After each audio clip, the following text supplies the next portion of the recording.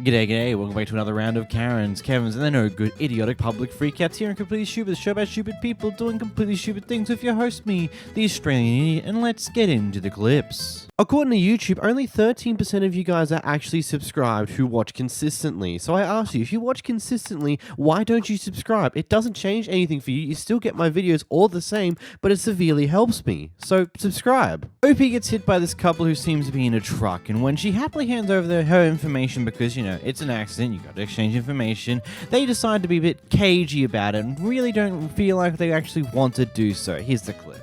You need to give me your information. You didn't give me nothing. You're not leaving until you give me your information. Can I have pictures of your stuff, please? Can I have your stuff, please? 얘기하지 마. Don't tell me. Can I just have your information before you leave? 1 second. I asked my lawyer, my friend lawyer. Okay, but you took my ID and you can't give me yours? How is that fair? Hold a second. No, that's not I'm fair. right now. That's not fair. Then I should have not given you. Don't yell at me, bitch! I don't give a don't yell at me, bitch! Back the f before I hit you! Back the f before I hit you, bitch! Loca! Don't scream. Wake up. Why are we screaming? Back up off me, bro. Where does I don't care. I don't care. Why driving license you not give me? Where's your information? Where's your information? Why you still to the car to lock in me? Where's your information? Why you still to the car to lock in me?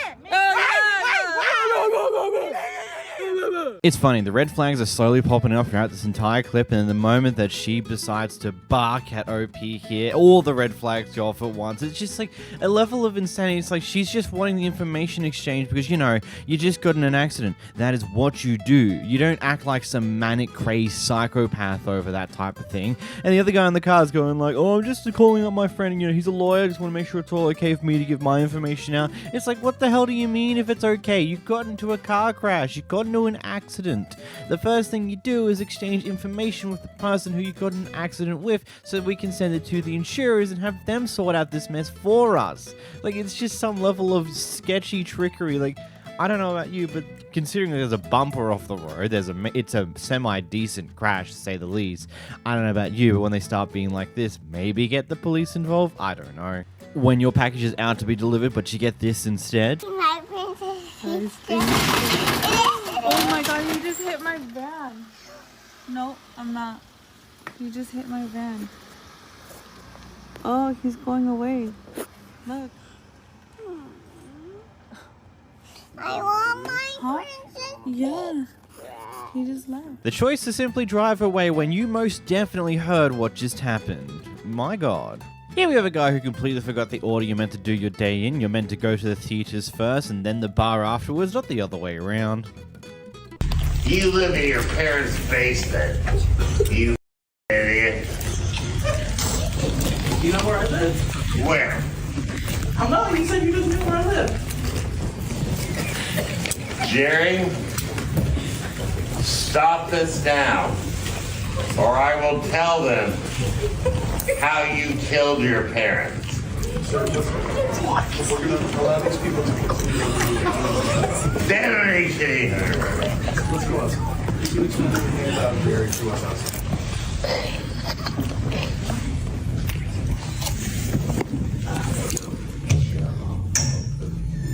I believe you.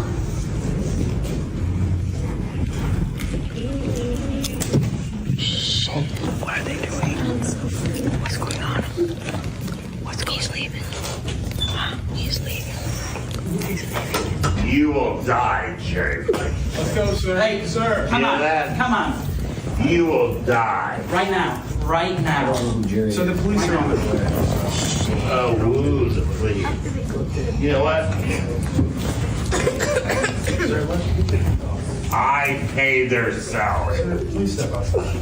I pay their salary.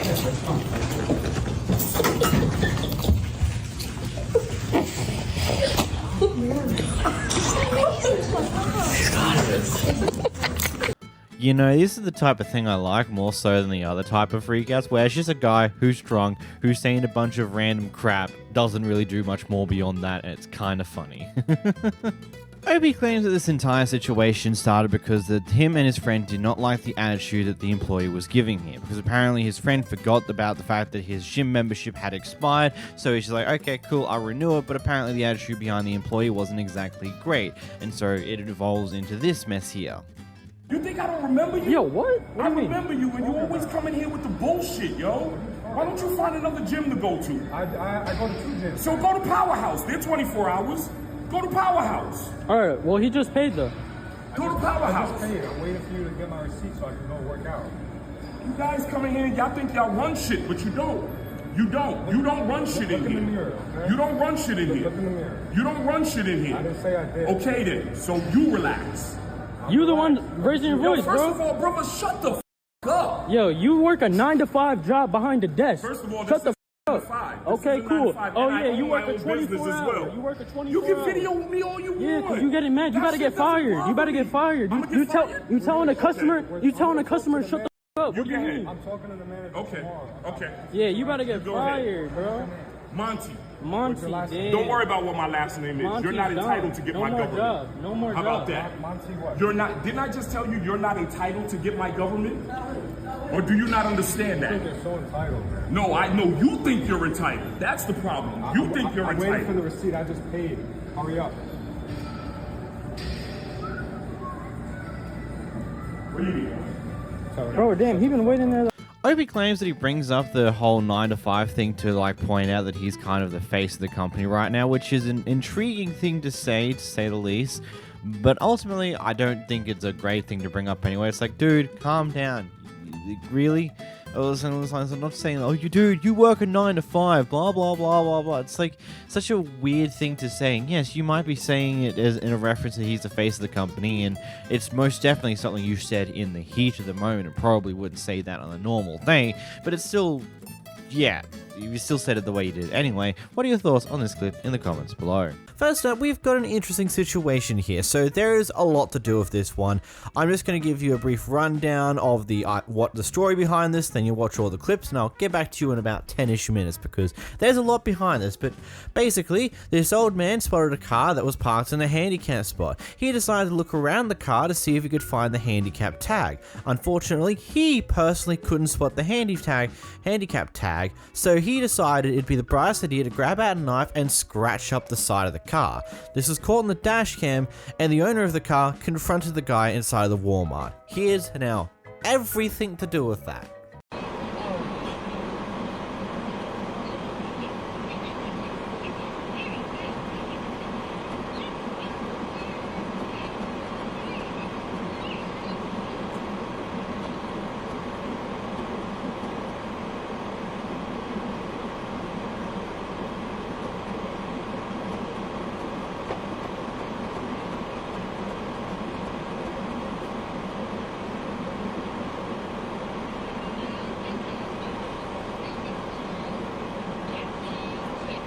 That man right there just marked the car.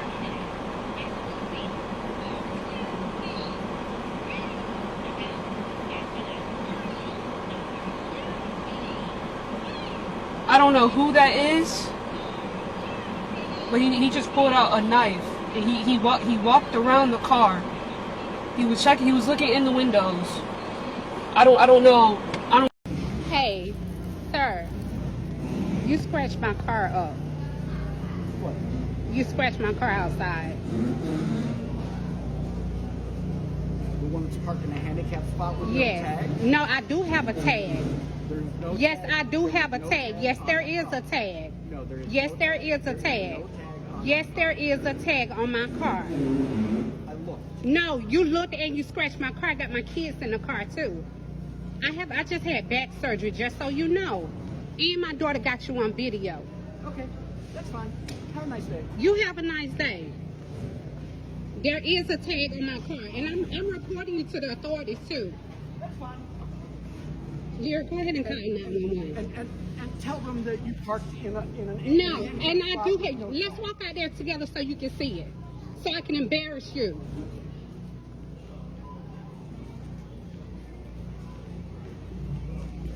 Tell them to come to Walmart and tell them that somebody just damaged my vehicle. Ma'am, is the police around? There isn't. Okay.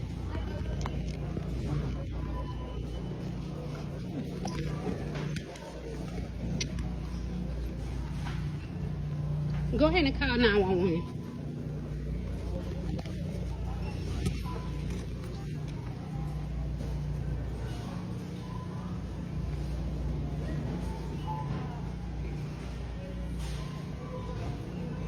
I don't know what gives you the right to damage my vehicle.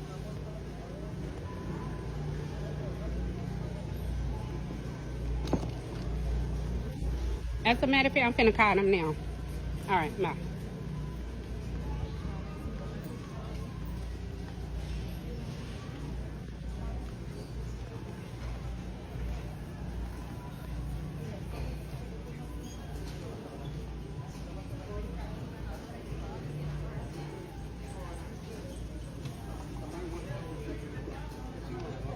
Hey, I'm inside Walmart at Buford Mill, and there's a guy that pulled out a pocket knife and scratched my car. My kids are in the car with me, and my daughter called me to let me know what happened. She showed me the video of the guy walking away. I'm right here in Walmart now, and I got him on video, and I need someone here immediately. It literally just happened probably 3 minutes ago, and I'm still in Walmart.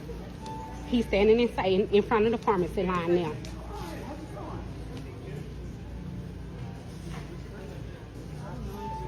I'm still parked in the parking lot.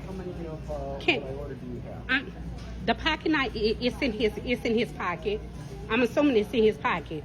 He's white. He has on a.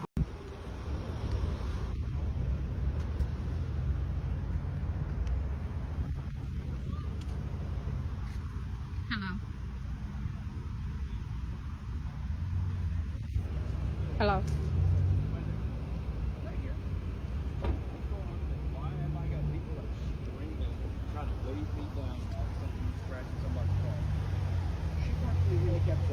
She put it up after she went back inside.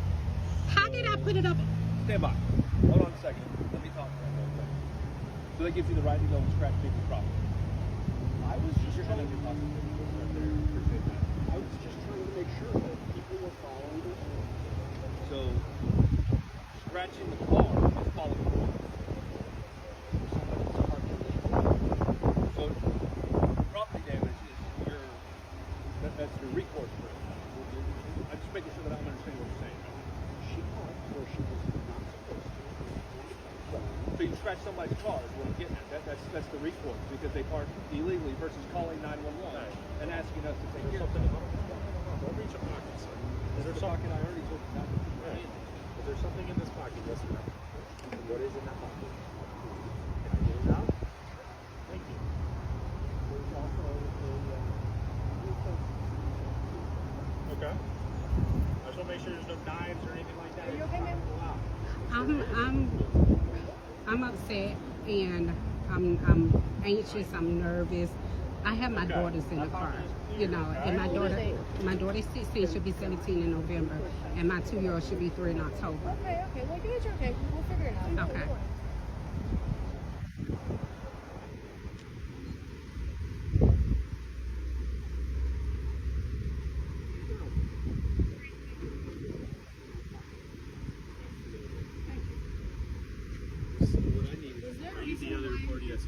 Yeah, I am. Was there a reason why you parked for the handicap?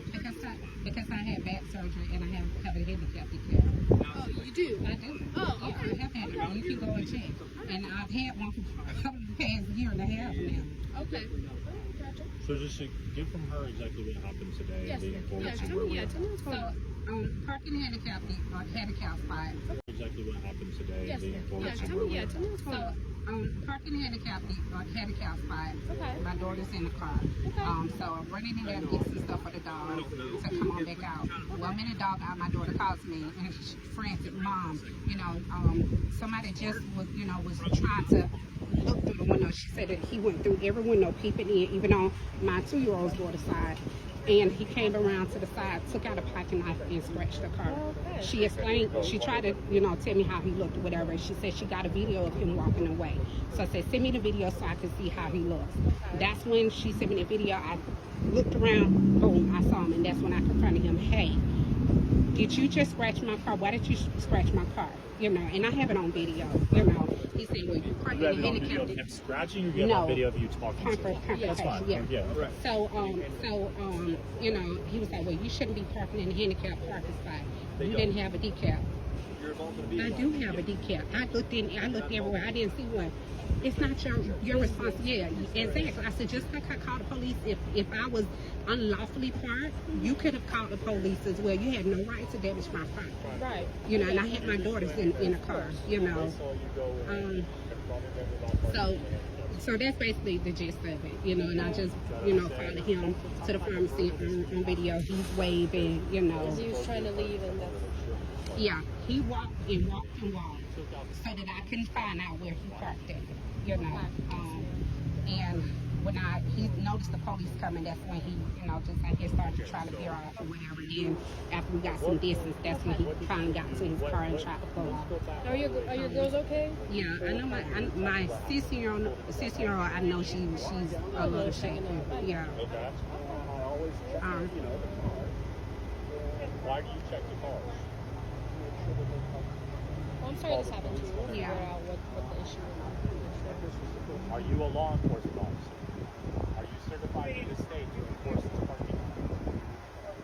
So why do you take it upon yourself to check other people's property?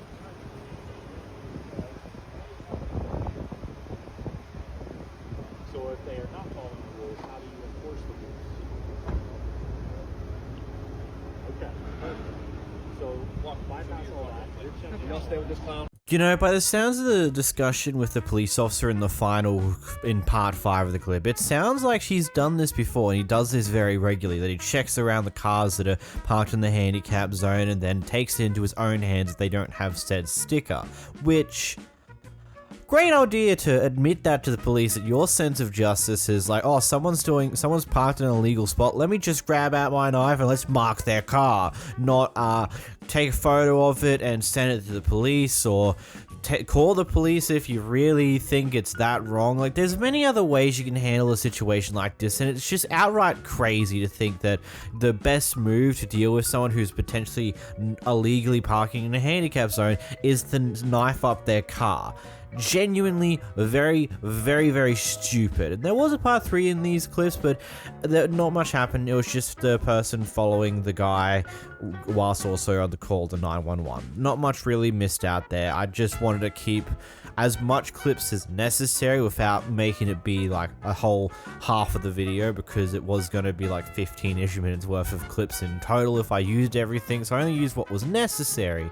It's just really wild that this is how some people think to do this. And of course, when the police officers asked about the whole sticker thing, he just like, oh yeah, it's because she went back to the car and put the sticker on, that's how she knows I scratched the car. Yet to her story, as well as what we can tell from some of the other footage that we have here, is that she never returned to her car to put the sticker back up. She got a call from her daughter who was in the car letting her know that X, Y, and Z just scratched up the car for some reason or another. So, good on your old man. Not only did you completely miss a handicap sticker, you've also got yourself in a bit of shit with the police. Good job, buddy. Well deserved. Here we enter the Big Apple, where we see some parking shenanigans that causes people to get in a massive kerfuffle and fight over it. And then we have this person who is trying to get to their meeting, so they're trying to get everyone just to move. I don't give a shit. I don't give a shit. You gonna touch a woman? Are you serious right now? I am serious, actually. Oh, you gonna hit a woman? Yeah, I'm you know ready what? right now. You're breaking the law. Yeah, you know what? Don't. I know it's not.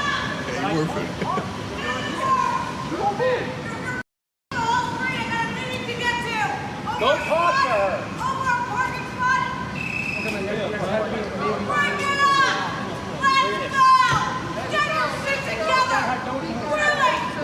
Somebody go in the car. I'm a guy here too. Don't move.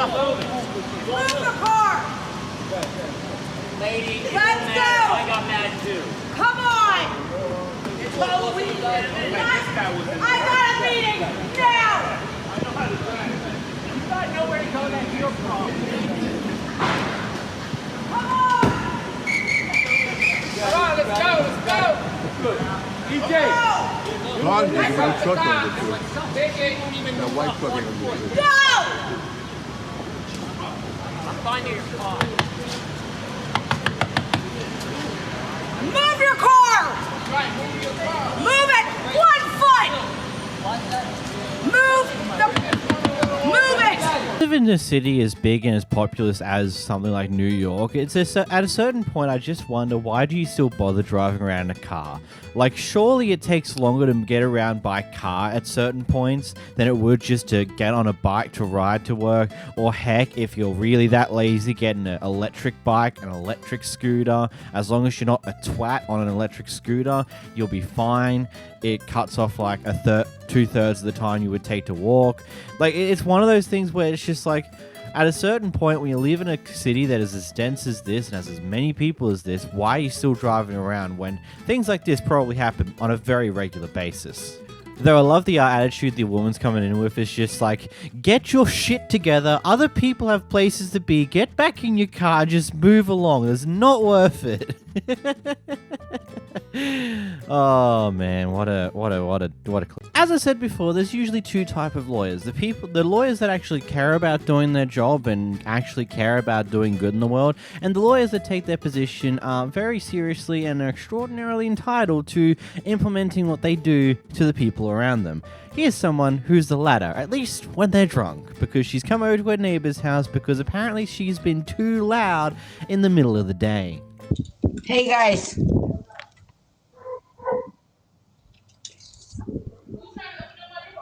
I'm not trying to open up your door, dude. I'm just at your door. Okay, how can I help you? You guys are screaming so loud, the whole neighborhood. 911. The cops are about to call in. I don't want to do that. I don't give a is that our house, lady? Don't you dare come to my house. Go on and get on. No. I'm not trying to be that. No. What you doing over here? No. Don't touch my door. Sweetie, look at me. I don't care. What is y'all doing over here? We is in our home that we own, and my family is having a good time. What the hell you doing at my door? You get your drunk ass away from my door. Yes, you. Hold on. Okay. I'm a criminal defense attorney. I don't give a who you ain't. You slurring like that, you ain't not a criminal offense attorney. Do your job. Go ahead. What is y'all calling the police for? But why are you calling the police anyway? Why should you talk about because you're walking by. It doesn't matter. We're not. Hey, hold on. Have your husband on the next block. Mario, don't worry about it. Mario, hold on. Pause. Mario. Go. Mario. Get off. Go. Mario. Grab Mario. No, don't grab me for shit. You get your drunk ass out. You too, go. No, you're on my property. You're trespassing. Get off my property. Man, the amount of, when I was first watching this, the amount of uncontrollable laughter I had when I saw the walker poke out at the door, and then the old lady comes walking out, then another person comes walking out. It's just like the entire family's just like, what in the world's going on out there? I must go see what's going on. It's just crazy. But yeah, that drunk lawyer seems a bit... that's just a very wacky thing to do. Like, I get it, day drinking's fun and all, but maybe you should stay in your house when you're doing that, because you seem to do very, very stupid things when you're intoxicated like that. And I do mean very stupid. Like, seriously complaining about a family laughing too loud in broad daylight. But, like, the police won't take you seriously unless you make up some lies about some screaming or stuff along those lines. Then maybe they might. I don't know. This clip is particularly interesting because it seems to have, according to what I had beforehand, this lady asked for some foil and a bag to try and keep her food warm on the drive home, and things seem to just escalate ridiculously far for something so little, honestly. You've been in business for years. You don't have foil? I don't have. You put it on the box? I put my head, okay? You look. Please look. I need a bag to wrap it up there so it won't get cold. That's what I'm asking for. You can look dumb all you want to. Run, right now. I wanted to be in a bag so that I can wrap my fish up so that they won't get cold. Damn it, don't you understand that? I don't know, because I just have the right No, here. because you acting like you don't speak English. That don't work with me after I done spent my money. You English Say don't work, whatever right? you want to say, but I'm going to stand my ground. I'm not scared of you at all, and I don't need a man, so keep playing. You can see me outside. I'm not playing with you. I'm not playing with you too. Good, because you better not be. Never. I bet for you? You heard what I said. I'm somebody's mama. I don't play. And Yeah, what I asked you was not rude or disrespectful. Yeah, just now I asked you, can you wrap it up with some foil? Right? That's what I you asked me said. about loudspeaker, right? I said about oil. I Oil, said, but do you you have just some now you said oil? for me the loudspeaker. No, I said, can you wrap it up for me? No. And Just now I'm you going across say it town. like that. When I said it the Just first now you time, say it like that. when I said it the first time, Okay. yeah, I did. I said I'm going across If you town. ask me slowly. It don't matter what But I you do loudspeaker, slowly. ask me. I didn't get loud until just now. I know me. You can't tell me about me. Yep. That what you just watched? Yeah, that happened. This was all over an argument over some foil and a bag. This is a way to ask a question. Is it common for you guys in America just to keep any of your reusable bags inside of the boot of your car? Because I know it's a common thing over here in Australia with any of our reusable bags just hanging out in the car. So if this is Australia, like, do you not have a cooler bag in your car? Because, you know, those cooler bags are insulated bags. They'll also keep things warm when they need to, because I've used them for that on multiple occasions, and they're pretty handy for that. Yeah, the food often gets soggy, but that's just what happens when you insulate something to try and keep it warm. It's probably going to go a bit soggy, but hey, that's just the price you pay to keep it warm when you're going across town. So if you knew you were going to do that, and also if you knew you were going to get food and then have to go across town for, wouldn't you just have a bag in there for this type of thing? Because, yeah, some places, some fast food restaurants may not use foil at all because they don't have a reason to. So, yeah, I don't know. It seems nuts that this argument escalated to the point that it did over something so little, though. And now we head down under where we see a couple having an argument in the car park of what looks to be a hotel.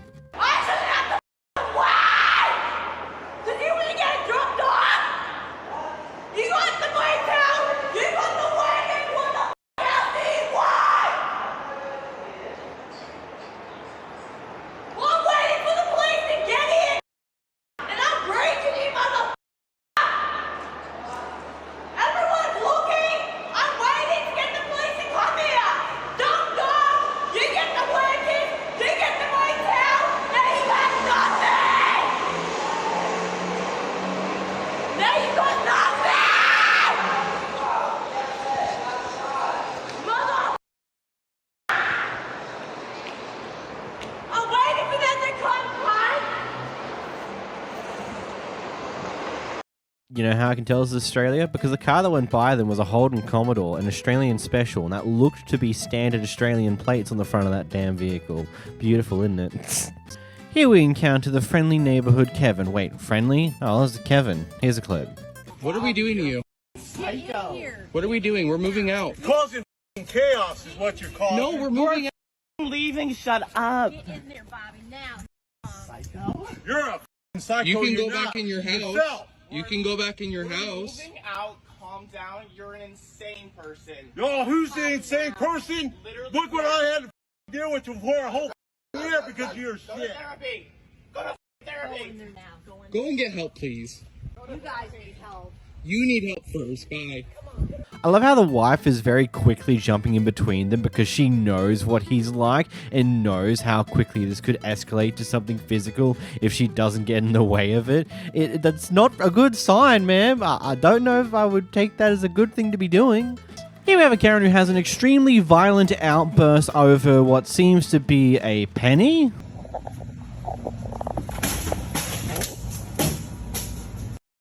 You're a stupid fucking bitch. You could give a less about your customers. And what's your goddamn name, Tina? All I wanted was a cup for my dead brother because it had a rainbow on it. And it's not my fault that it rang up a penny. You caused all this, Tina. You could have made money for your store. You know, your ass should be whooped out, dragging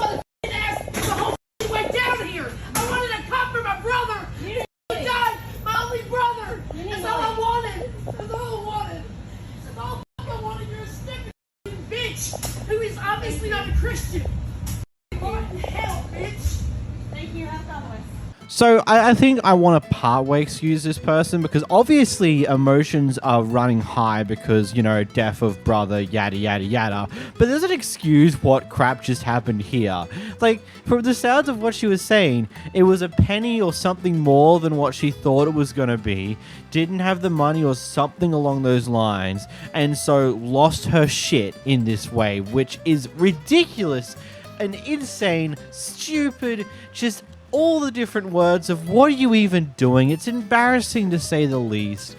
Maybe, hopefully, when you're in a better headspace, you go back and apologize for this conduct because holy crap. Here we are at a McDonald's where two old men who are like in their 50s, 60s are just going at each other for some silly reason. And also, a bit of a side note, according to the person who recorded this footage, the guy in the blue shirt started all of this. So, yeah, nice victim card, I suppose. Court, asshole. Oh, good for you. Let me help you. Do not touch me. 911 now. He's touching my arm. Oh, me. I'm touching your phone.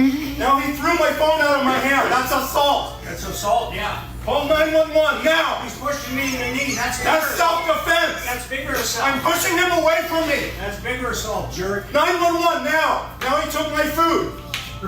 He threw my phone. He pushed me.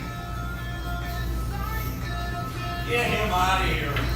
Threw my phone down. Touch me. Touch me. McDonald's. Touch me. And we'll go in a court. Touch me. He's in a light green shirt with white hair and short sleeves. Touch me, idiot. No, I'm a customer. He's an older man with white hair and a light green t-shirt, short sleeve. He's another customer who's assaulting me. He's right up in my face right now. Oh, he's right up in my face. Oh yeah, you're just telling me to run instead of calling the police? You got my ice ready? It is not safe outside. It's not safe outside, sure. See?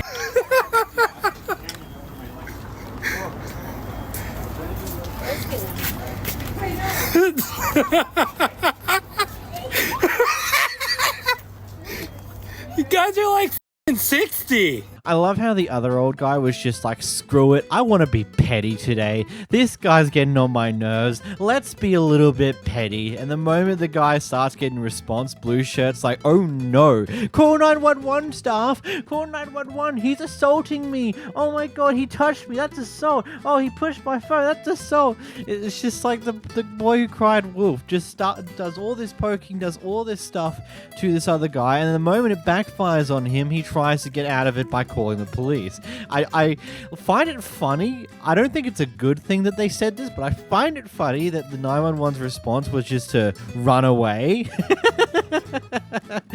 Like, that's pretty bad, all things considered, to be that's a response. Don't get the police involved in this, but also it's quite funny considering how petty this entire thing was anyway. Here we have a guy at the beach who decided to stand around a girl for about 10 minutes whilst wearing mostly normal clothing before finally taking his shot. And when he gets denied, well, you already know what's going to happen. This clip's on this show. Here's the clip. Why do you have to be close to me?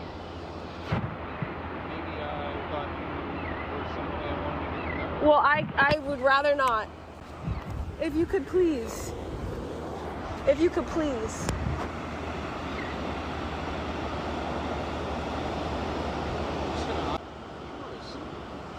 Thank you. Listen, I asked you nicely if you could conceded. Shallow, unreasonable, very snarky. Like, what's your issue? You're literally standing on top of me. Hey, you know what? Whatever the wrong with you, I hope you get that fixed. Yeah, you too. No, I'm fine. Okay. You're the bitch. Oh my god. I'm standing on top of you. Yes, look how close you are to me. Have you been down there? How embarrassing. Like, seriously, buddy? It just hurts to see this sometimes because it's just like you got no self-confidence in yourself to the point where when you get denied, you have to shame the person who denied you. Like, that is so just like, buddy, grow up, grow a pair. If you get denied, especially after standing around for 10 minutes, drawing up the confidence to even make the attempt, move on. It's not that hard, okay? You don't need to shame them to make you feel better after you get denied, because it doesn't, man. Like, it's just embarrassing.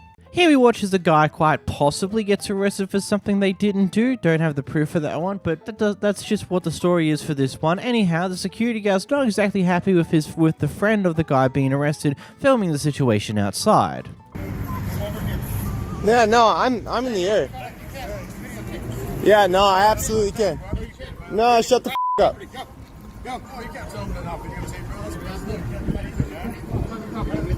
Hey, you're a coach, right? Can he videotape on property? Absolutely. Heard. Yeah. Are you with him?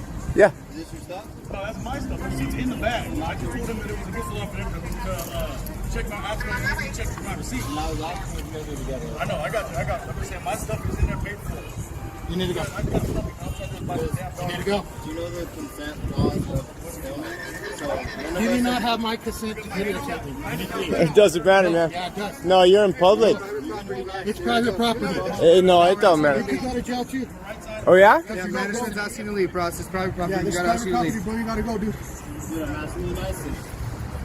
You're gonna get apprehended like this guy. Is that what you want? Oh, yeah? Yes, sir. 100%. Are you gonna do it?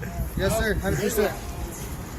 From my understanding of the First Amendment, because they're out in a, the car park is technically private property, but it's visible from a public space, which is just there. Like, in theory, he can go to the footpath next to the road, zoom in, and still record you, and there's absolutely nothing you can do about it. But it's just like, now it's an issue because he's closer. Like, in my opinion, from what I've grown to understand, that this is just one of those things where there's really nothing they can do. Like, yeah, inside of the building of Walmart, they can kick you out and then can get you in trouble for trespassing afterwards if they're not happy with your filming. But again, they can't stop you from filming, and they can't force you to delete the video itself. They can just say, no, you can't be on this property. That's how that works. At least in America, and at least from what I can gather from reading up on the laws and bits and pieces like that, as well as what people have said in the comments in the past. Here we have some line shenanigans to the DMV. We're number 6. We have a picture. Who the moved this chair from here? You came and you moved it? Lady, did you move my chair? I was sleeping. You didn't sleep? You didn't sleep? That's none of your business. There are these people. He can go to pee and come back. That's none of your business. Okay? That means that you moved this chair or you moved this chair. Y'all have to be right. I am number 6. I was number 6. Try Hell no. Y'all chair was right there. Okay, what are you going to do? What are you going to do? What are you going to do? You gotta have a picture. I don't give a f about you. I don't give a f. Do not be talking to me like this, okay? Yo. No. Y'all can go right there. He wasn't even here for an hour and a half. He had been here at 3 a.m. I don't give a f either. You know, I was half expecting when the guy picked up the other chair and tried to shift it around that hands were about to be thrown, but no, it seems like some people have some level of restraint to this type of thing. They're still doing stupid stuff, but hey, at least they're not resorting to violence yet. I don't think there are words that describe this clip.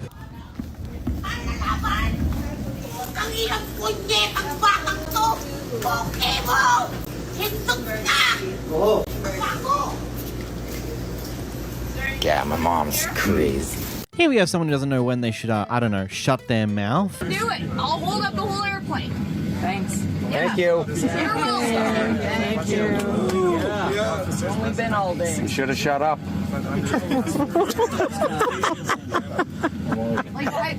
You guys said I had one more warning. Congratulations, WestJet. She had one more chance. That in front of my kid. What's wrong with you?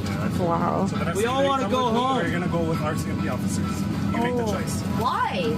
We'll explain it to you when you're off the aircraft. Either with me or with RCMP officers. Holy. Wow.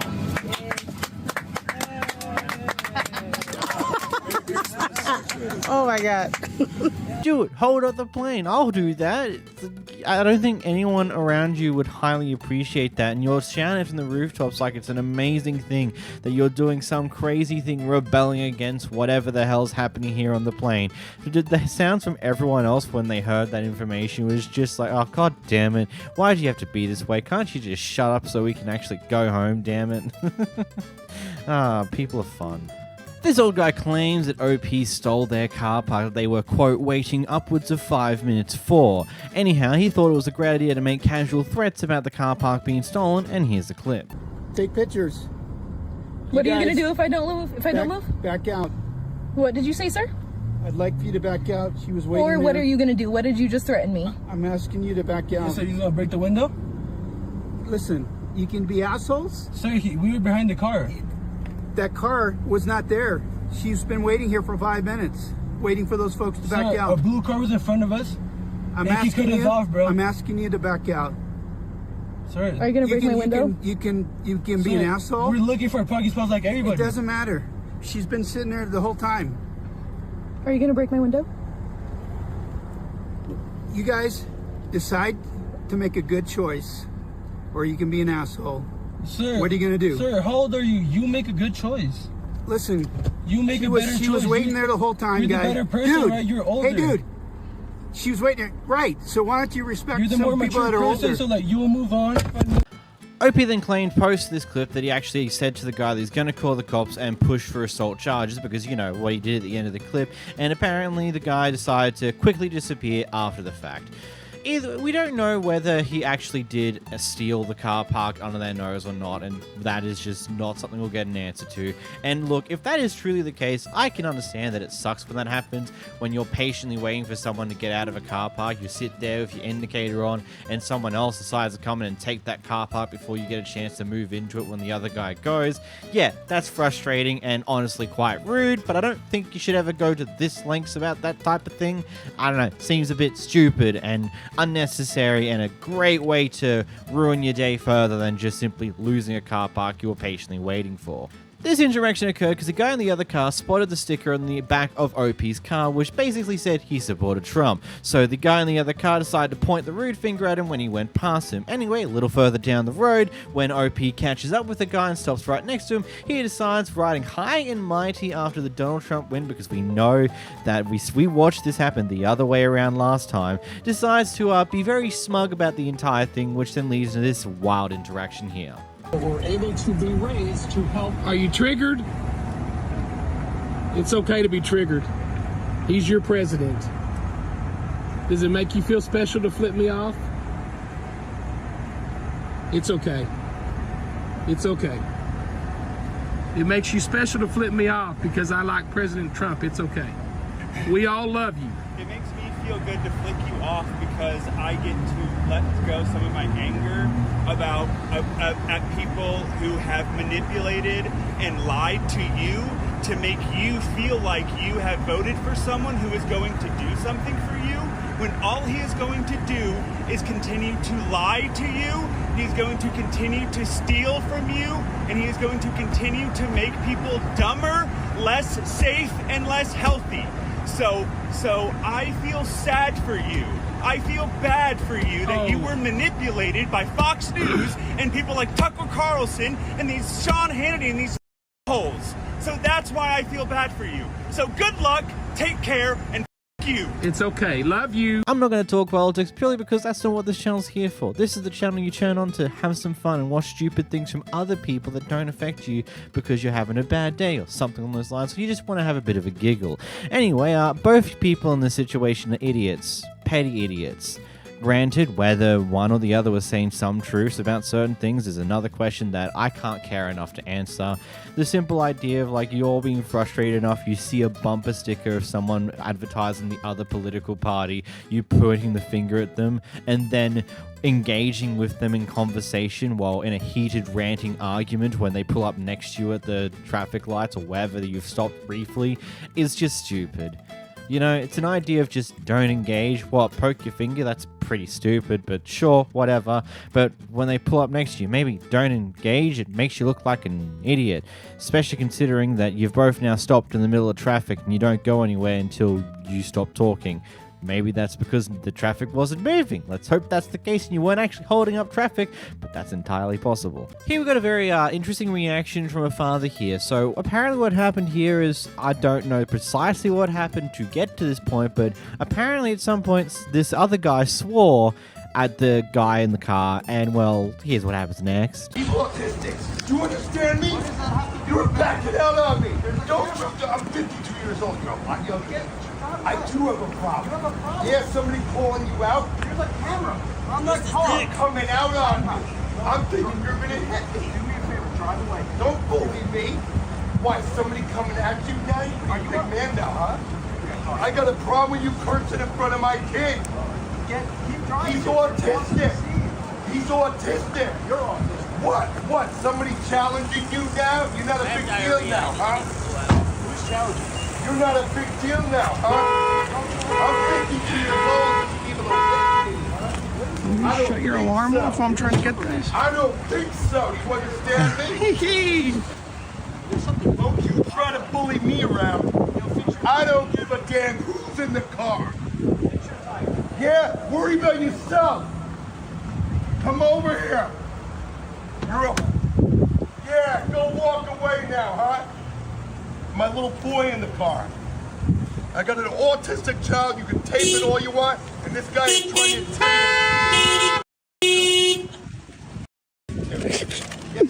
Bro, my Instagram is about to go off today.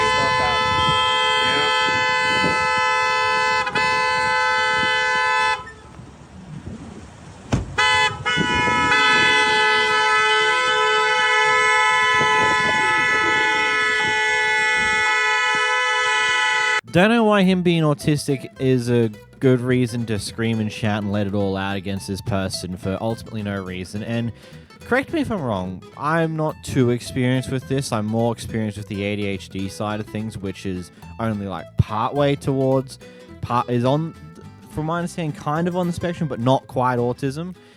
But I feel like that you yelling and screaming like this, and then in addition, those loud horns that everyone started blaring at you when you still were sitting there in the middle of traffic is probably going to cause more issues for your autistic son than what this one guy swearing a little would. I don't know. Is it just me who thinks that this was a bit stupid to go off about? Like, am I not seeing the issue here? I don't know. This just seems a bit dumb to me. Especially considering, like, yeah, he's going to go to school eventually. He's going to hear these swear words anyhow. If he's going to have problems with swear words, it's going to happen regardless. And, well, you may as well let it happen, man. I don't know. I don't know. I'm sure you've noticed lately there's been a lot of issues coming with planes, whether they be delayed, cancelled, or various other potential issues. And of course, as things go, people are getting more and more upset with it every time it happens. So this flight attendant here decided to get ahead of that curve when this flight gets delayed a bit. Completed what he needed to complete. He's filling out the paperwork, and then we can go. So I need everybody to return to their seats if they can, so that we can go, so that there is no extra holdup on us leaving. Now, as far as the flight attendants, we are literally in this with y'all. We had a layover that we all wanted to go to. It got snatched from us. So just like a lot of y'all are missing some connections, we're missing our layover as well. So we are in it with you. We are trying to go so that we can get y'all to Dallas as quickly as possible. What I will say is this: what we will not tolerate is disrespect towards the flight attendants. So this is the one and only warning. If a flight attendant is being disrespected, or if any passenger is being aggressive, we're going to have you kicked off the flight right now. So we're going to ask for your cooperation so that we can go, so that there is no issues, because I promise you, we are not trying to get stuck in Belize. We are literally trying to make it as quickly as possible, so once they get ready to leave, we can close the door and be on our way. I promise y'all. Does anybody have any extra questions? I love how whoever uploaded this version of it, they added the "so upset at American airline passengers should not be treated this way." Yet if we listen to the end of the clip again, oh yeah, that's right, all the customers were clapping, going "woo" to the flight attendant for saying this. And I kind of agree there. Like, yeah, maybe this isn't the greatest way of doing it. It was a touch aggressive, but also completely fair. It's almost like people have no idea how to treat others with respect when they're working their job. It's almost like if something goes wrong, a lot of people have a tendency to scream and shout at the workers who are there and try and make it their problem, even though there's 9 times out of 10, there's nothing they could do about that, and you're just going off at someone because you're a dick, is the basic way of saying it. So, you know, I like this announcement. Good announcement. Whoever re-uploaded and had that initial text at the start, go suck a dick. Here we've got our... Oh, geez, what a voice drop. Here we've got our local neighborhood... Far out. Here we've got a local neighborhood nut who has decided to aggressively knock on someone's door.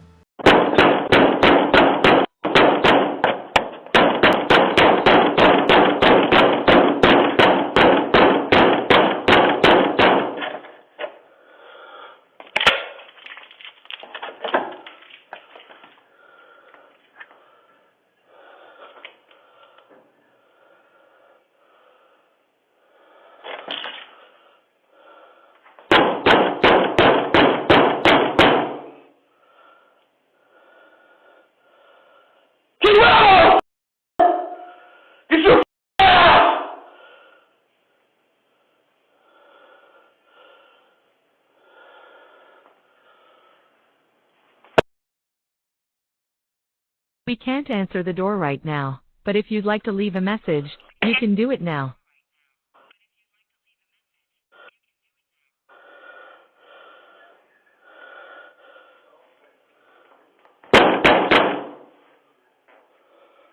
Maybe he should be in the loony bin. Okay, that's a bit too far. Maybe it isn't. Maybe it is. I don't know. I don't get yeah. My brain is like halfway in the ditch right now. Don't worry about it. Anyway, so what a wacky man. Just aggressively, like, if he knocked any harder, his hands would be bleeding, well, his knuckles would be bleeding, and the door might get knocked down. Actually, no, probably not. The knuckles will be bleeding first. Those are some loud, loud knocks. And, buddy, it looks like you're missing a few front teeth there. Yeah. Is it because someone did what you're doing to the door to your face at some point? Because that would make sense. In this clip, we've got a sheriff who acts in a very interesting way that doesn't exactly make 100% sense all the time. What are you doing? Turn the vehicle. Okay. Turn the vehicle. Okay. Okay. Why are you rolling, man? I let you way back. What do you mean why am I rolling? I didn't see you until I was right here on this street, and I kept going because there's no place to pull over. I pulled over whenever it got open. I let you way back there. Where? Man. Where at? At the beginning of Moon Lane. At the beginning of Moon Lane. Yes. Yeah, that's what I just said. Whenever I turned off, I saw you. Let me get your license, man. Okay, well, I'm gonna hop out. No, stay in the vehicle. Okay. Will you shut this door? Yeah, man, hop out. What are you doing? Hop out. For what? Hop out. What's the reason? Hop out, man. What's the reason? Can you tell me what the reason is? You come up here and you pull your me, and then you rip my door open for no reason. Step out of the vehicle. What's your reason for pulling my door open? What's the reason for pulling the door open? It's an older truck, man. So you just ripped my door open because it's an older truck? And you're rolling. People who roll have warrants. I haven't rolled anything. They have pot all over their pants. I don't have any. Like this is sawdust. Okay, sounds good. Put your hands up on the vehicle. For what? Hands up on the vehicle, please. You're not gonna frisk. What am I under arrest for? Put your hands up on the What vehicle. am I under arrest for? I'm frisking you for weapons, Bubba. Okay. I'm not putting you in handcuffs. I don't have no weapons. Spread your legs, please. You're gonna touch all up on me whenever. Yeah. Look at this boy. Look at this boy. He's getting all up on it. All right, stand back here, man. So what's the reason for the search? What's the probable cause? For your mud flaps, man, being too short. So you ripped my door open and frisked all up and opened my truck up for my mud flaps for being too short? Is what you're saying? Is that what you're saying? Yes or no? You have warrants? Is that what you're saying? Yes or no? Yes or no? 2729 Texas deal. What's your name and badge number? Robertson, ADO 48. Robertson, what'd you say, 48? 55. 5164 in the blind. You said 48? Yes, sir. So you pulled me over. What was the reason for the stop?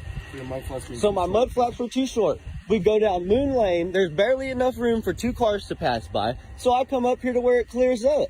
I pull over, and then you come over here and rip my door open, and then start accusing me of what? Saying I have pot all over me, which is sawdust from working because I've been cutting all day. You feel all up on me. There's also pot on your edge of your seat, man. There's pot on the edge of my seat. Come here. You can now go back in the car. I want to see all this, yeah, for sure.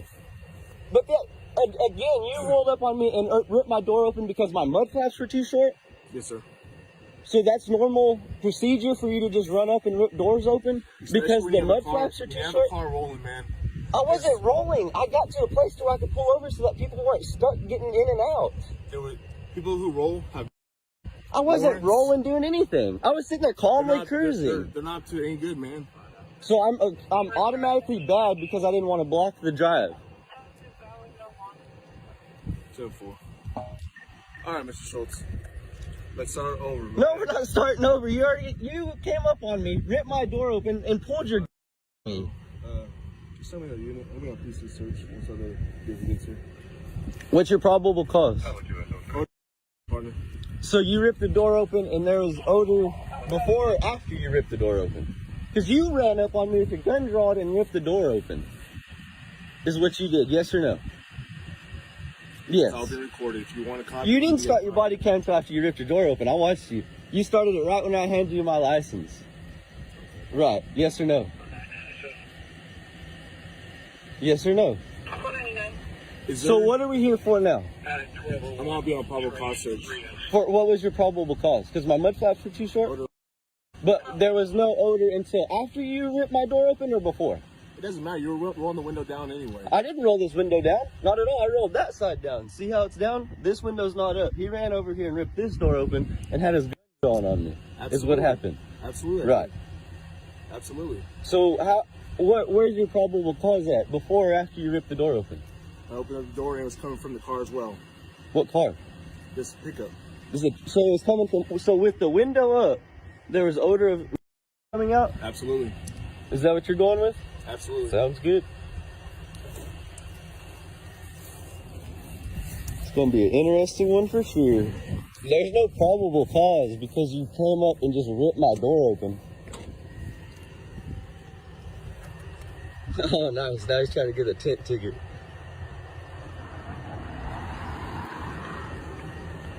You know what's funny? A lot of the comments I saw about this one, a lot of them is like, oh, but he didn't pull over when the cop initially wanted him to when he flicked on the siren, so that's why he's acting like this. But at the same time, there's been multiple occasions where I've seen cops flick the siren, and then the person in front of them goes to pull over where they currently are, and the cop's like, no, go further, go to a safe place to pull over. It's like one of those things that is actively encouraged by, at least to my knowledge, a good chunk of police officers. Go to a spot, go to the next safest spot to pull over.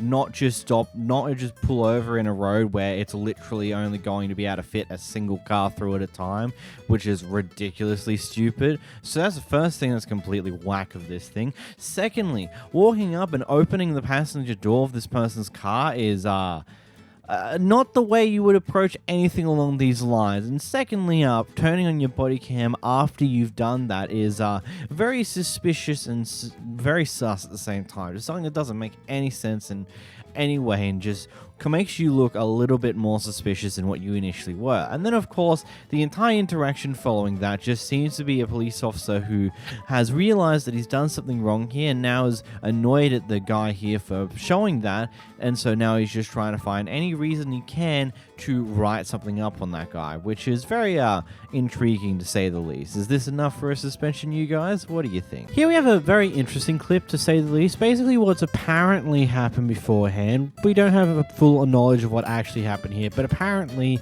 this kid driving in their truck here almost hit these guys who are walking their dogs on what seems to be a shared road type thing, and in response to them almost being hit, they decided to throw dog shit onto their car. And so this guy's like, hey, why'd you do that for? And here we are. Why did you throw poop on my car? You almost hit us. What do you mean I almost hit you? I went on the other side of the lane. The wrong guy, bro. You almost hit my wife and my dogs. Keep driving. Sir, you were on the... Keep driving. Sir, you threw poop on my car. Sir, I'm on mine. You can't do, like... You almost hit my wife and my dogs. Keep driving. Sir, I did not almost hit you guys. What are you talking about? Bro, this... Sir, are you okay?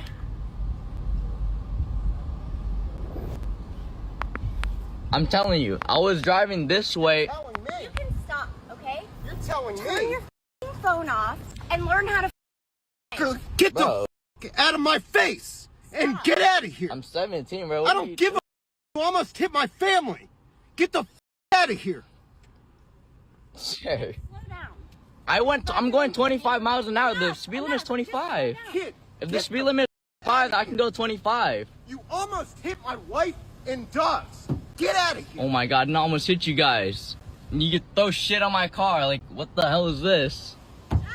I'm calling the cops. I'm calling the cops. There's two things I have right off the bat here. Isn't it funny how the people that are always screaming and yelling, "Get out of my face," are also the same people to walk up to the car and get into someone else's face instead? Like, I get the gist of what he's trying to say. He's trying to say, "Leave me alone, off," type deal, but he's saying in a way, "Get out of my face," even though he's literally come up to the car and put his face in front of someone else's face and then said that, which makes no sense whatsoever. And also, is it just me who's a little bit concerned that a 17-year-old is driving a vehicle of this size and power? I don't know. Like, that just might just be me thinking like, should we really have people who probably haven't been driving for that long drive vehicles this deadly? I don't know. And yeah, he might have been doing the speed limit down the road, but I mean, there's one of these things where it's called, when you drive a lot, you learn to be wise with what you're doing. Like, yeah, the speed limit is 25, but there are people currently walking, so maybe it's smarter to slow down a little bit so you have a lot more reaction time to get around them. I don't know. It's a weird one. What are your thoughts, actually? Comments below. This one's quite an interesting video here, so I have no clue how we got here in the first place, but basically this person here has been given an eviction notice on the Friday previous, and now here the sheriff's office here are to enforce that procedure, to serve them, hey, you've got to go, and to get the locks changed. And now we seem to have a very interesting discussion between the person getting evicted and the police. Do you explain this to me? Because you didn't explain it to me. Yes, I did explain it to you. Was you recording it then? Yeah, I told her I couldn't read or write and gave her a piece of paper. I'm going to explain it to you one more time. Okay. All right. The eviction was put on your door last Friday. Yeah, I couldn't read it. And you took it off, and right? I couldn't read it, yes. You couldn't read it? I told you I couldn't read or write. I told you that. You gave me a piece of paper that I can't read or write. Do you have on your door that you can't read or write? So Well- how am I going to know? Well, I don't know. I called. I can talk. Okay, and they explained it to you from the jail. The civil process office explained it to you. What they explain? Because you just told me earlier. Yeah. Tell me what you just told me earlier. What, You tell they me said what that you just told serve me. it, and then that's as far as it goes with you. And you said that, and you also said that they come and change the locks, Yeah. right? And But that's you don't have eviction. anything to do with it. Who don't have anything to do The with sheriff's office has nothing to do with That's not what they told you. Yeah, it is. I'm pretty sure that's not what Look they on told you. YouTube. Look on YouTube. Okay, well, I'm explaining to you right now. Today, okay, you got until 5 o'clock to try to move your stuff out. They are going to come back and lock the door. So why isn't You it 24 cannot hours? stay here. Why isn't it 24 hours? Because you have a certain time. It says 24 hours. Are you going to be moving at 1:30 in the morning? Well, I No, stay you're up all not. night. Yes, And I do. How do you know what I do and what I don't do? They are not going to come back and lock their door at 1:30 in the morning. So you How got do you know until what I 5 do? p.m. today. So why wouldn't it be 24 hours? You got until 5 p.m. Why wouldn't today. it be 24 hours? Okay, tell you what. Act like you don't want to listen and don't listen, and then you'll just have I'm to. asking if it's 24 and I'm telling hours, you now. that it's not 24 hours, it's only... No. You got until 5 o'clock today. So why isn't it 24 and they are hours? going to come back and secure their house. Why isn't it 24 hours? Then you can call them back in the morning and let them know that you want to get some more stuff. So it's not 24 hours? So no, it's not at 24 9 hours. So o'clock your in the notice is a morning- lie. Your notice is a lie. Not 24 hours. So let's lock this door. All right. You want to lock this one too? Yeah, all of them have to be locked and then make it official. And Step out the door. she wants to argue about it. We got stuff. I'm not It's not 24 Step out the hours. door. So it's not 24 hours? Step out the door. No, okay. But in contact. They are not trying to talk to you, so it's no need to harass them. No, I'm okay? just asking. But I'm not harassing but- anybody. You see, they're not paying you any attention. Yeah. So just leave it alone, okay? Well, why did the sheriff's department tell me this? But this 'Cause is I called the sheriff's eviction day. But I called the sheriff's department yesterday. I've called them all week to ask what the process was, and they said that they just come and serve it. I recorded it. They come and serve it, and that's as far as they go. And I was like, served it. Well, I was and like, then I it's asked, an eviction. Yeah, well, why doesn't the sheriff's department know what the process is? Is the question? Is like because they told me that it's not criminal, and I was like, well, what do I do? Like, what is the process? They said that they just show up, the locks change, and that's it. Okay, and that's what it is. We showing up, Well, that's what they do. and the with me. lock's gonna be changed. You have to move somewhere. So that's the process. So what process do you want? Well, I asked them if it was criminal. Like, I asked what the process was. They told you it was civil, right? Yes. So it's criminal if you don't leave the property. Yeah, that's what I said. That's what I it asked. turns to criminal after that. That's what I asked. So That's right now exactly it what I is asked. civil. It's civil right now. But if you don't leave I don't even have a after car. 9 o'clock tomorrow, it turns to criminal because it's trespassing then. Okay? All right. So you have So you need to type that up so the sheriff's department knows that. It's like when I called I them don't yesterday. need to type it up. They told you. They did not tell me that. You just said they told you that they show up, they change the locks, And right? that's as far as it goes. Okay. You have So to what- get out. It's an eviction. You know what eviction is? No, I can't read or write, so. Oh, well, I'm sorry. I can't help when I'm watching this clip to just feel somewhat confused because it just sounds like she's either just that stupid or she's being deliberately ignorant of the entire situation in an attempt to not get evicted. Like what? What do you think's going to happen when they come and serve you papers and change the locks? Oh, what? You can stay there? No, but they're changing the locks so you can't get back in once you leave because they might not be able to get the keys back off you. You're being evicted. You have to leave. And it's like, oh, but I didn't get a 24-hour notice. I don't get 24 hours. You got a note on your door the previous Friday and probably a bunch of other indications as well telling you that you're going to be evicted on this date.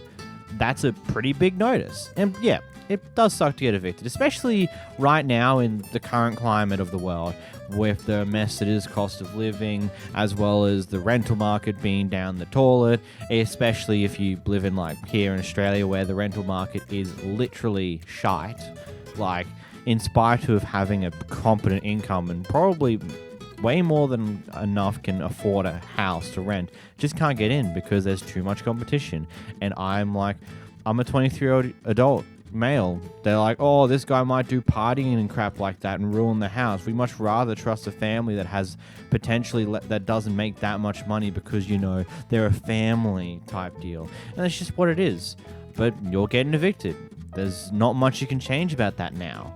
Like, you probably had a chance to potentially push back weeks ago, but now it's gotten to the point where they're here to serve it to you. The locks are being changed. You've now got to go. There is nothing more to it than that. And saying that, oh, but I can't read nor write is a very interesting thing. Whether that's, if that's true, then I don't get how you even got here in the first place. What, do you have someone else read the lease for you and things on those lines? Maybe you're dyslexic and that's why you might have trouble with reading. That's a genuine thing, but, I mean, it seems a bit silly to say, oh, but I can't read and write. It just seems like a desperate attempt to not get evicted. I don't know. This just seems a bit ridiculous. This next clip here is, the best way to say this is very, very loaded. Here we seem to see the boiling over point between a conflict between a daughter and their mother's new boyfriend. Again, I point this out, This is loaded. I'll get back to you afterwards. You're living in a drama and you can't face reality. Don't touch my mom! You need to be committed. You need to be put in a hospital. Good! You know who needs to be put in the hospital? You with your alcohol problem and your weed! Where the are your kids? Where the are your kids? Because they're not here! Call the police right now. Go downstairs. Call the police! I don't need to be around this mental institution. Shut up! Good, Mom. Good. Yeah, you're out of your mind. Tthank you. Thank you. I'm calling 911 right now. Go ahead. Oh, this is what you wanted, Mom. Speak up, Rebecca. Speak up. Speak up, Rebecca. Speak up. Sit silent. I'm a mental patient. Speak up. I will not stoop to your level. You are unbelievably unreasonable. There's something up there that I don't understand. Really? You know what? But I don't care. That's funny. You don't Just care? Look, you couldn't make it in L.A. Michael! That knocked off of your Good, Mom. resume. Good, Mom. Good, Good, Mom. Get to Good, Mom. Good, Mom. Michael, Good, Mom. What are you, child? Yeah, I'm acting just like you. You talk about acting like a child? Good. You are a child. When are you going to grow up? Okay. Oh, yeah. Okay. Joanne, I'm calling the cops. Please call the cops. Please call them. Michael, go downstairs. This is what you wanted, Mom. You say keep know your what? mouth I'm shut. done. You're done with what? This is what you asked me to do. We voluntarily want you in our life. Here she goes. Sorry. This Go. is 911 time. It's my house. I live here. No, I live here. It is not your house. What are you, 7? Are you serious? How old are you, Rebecca? Is this funny to you? Because I'm not laughing.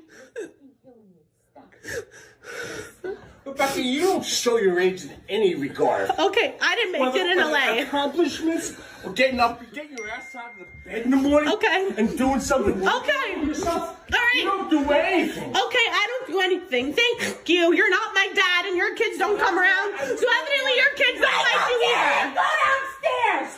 You get the outside. Oh, good. You want me to I'm do this done with outside? both of you. I did not do anything in this Oh, you situation. did not do anything. You asked me to do this. You said know what? speak up. People you said are speak dying up. all over the place. You said speak up. I'm a failure. I didn't do anything in LA. I'm in a mental hospital. Get the Oh, I'm gonna leave. Your father's here. I'm gonna leave. Come on, man. I didn't do anything. I understand. Come with that. Come on. He told me I'm a failure. I didn't do anything in LA. I don't act in my own age. I'm a loser. I'll never amount to anything. He's calling the cops on me.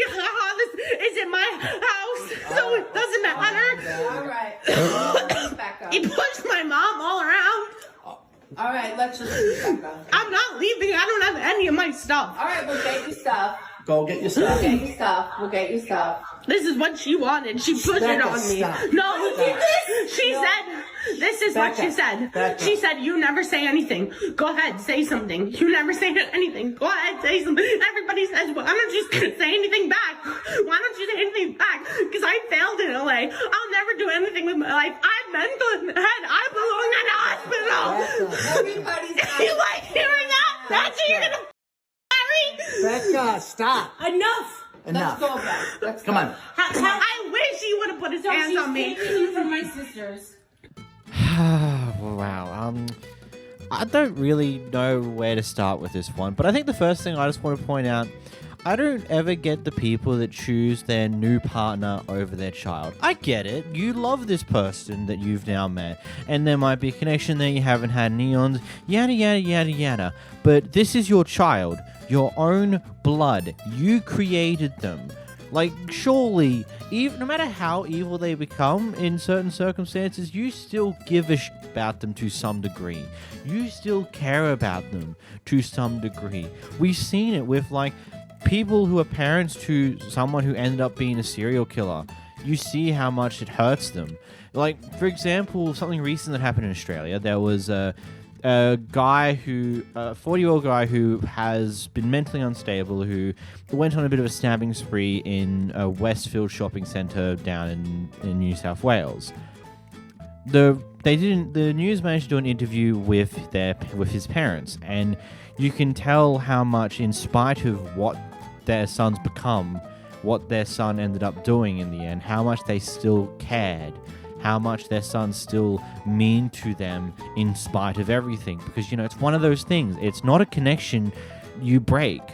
Yet there's people who are also like this, who seemingly will let their new boyfriend get in continuous fights with their child and do extremely petty, ridiculous stuff like this and still defend them.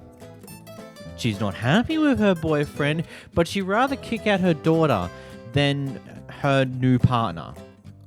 That says a lot to me. The fact that you're willing to kick out your daughter first and foremost over your partner in spite of everything. And just sifting through this clip, it becomes a little... It's a thing I think is a little clear that seemingly there obviously is tension between the mother and daughter to some degree that's come from some place. Whether it be because of her new partner, whom is, well, we've seen the clip here, how it is, and how she expressed to her daughter, like, just say something. You just never say anything. Blah, blah, blah. Yada, yada, yada. And now it's caused this huge blowout. It's a lot to unpack. Like I said, that clip was like a loaded shotgun. It was a loaded clip, a lot to unpack, and honestly, I don't have the ability to properly unpack. This Karen's ordering an iced coffee from Dunkin Donuts and decides to annoy the employee there about the $1 difference between a hot coffee and an iced coffee. Did he give me back my card? I'm just really trying to understand. So you mean to tell me an iced coffee and a medium hot coffee has a $1 difference, but one is just hot and one is just cold, and there's no explanation for that? Here's your card. Ma'am, I'm asking you a question. Why is it $1 more for an iced coffee? Do you know that? Please stop filming me, and here's your card. I'm asking you a question. Can you take your card, miss? Can you answer my question? I answered your card. You didn't answer my card. My card's not a phone. No, thank you. Okay, you're welcome. I'm gonna call corporate, okay? Just know that. This is what they do to you at Dunkin Donuts. That was so rude. I just had a question.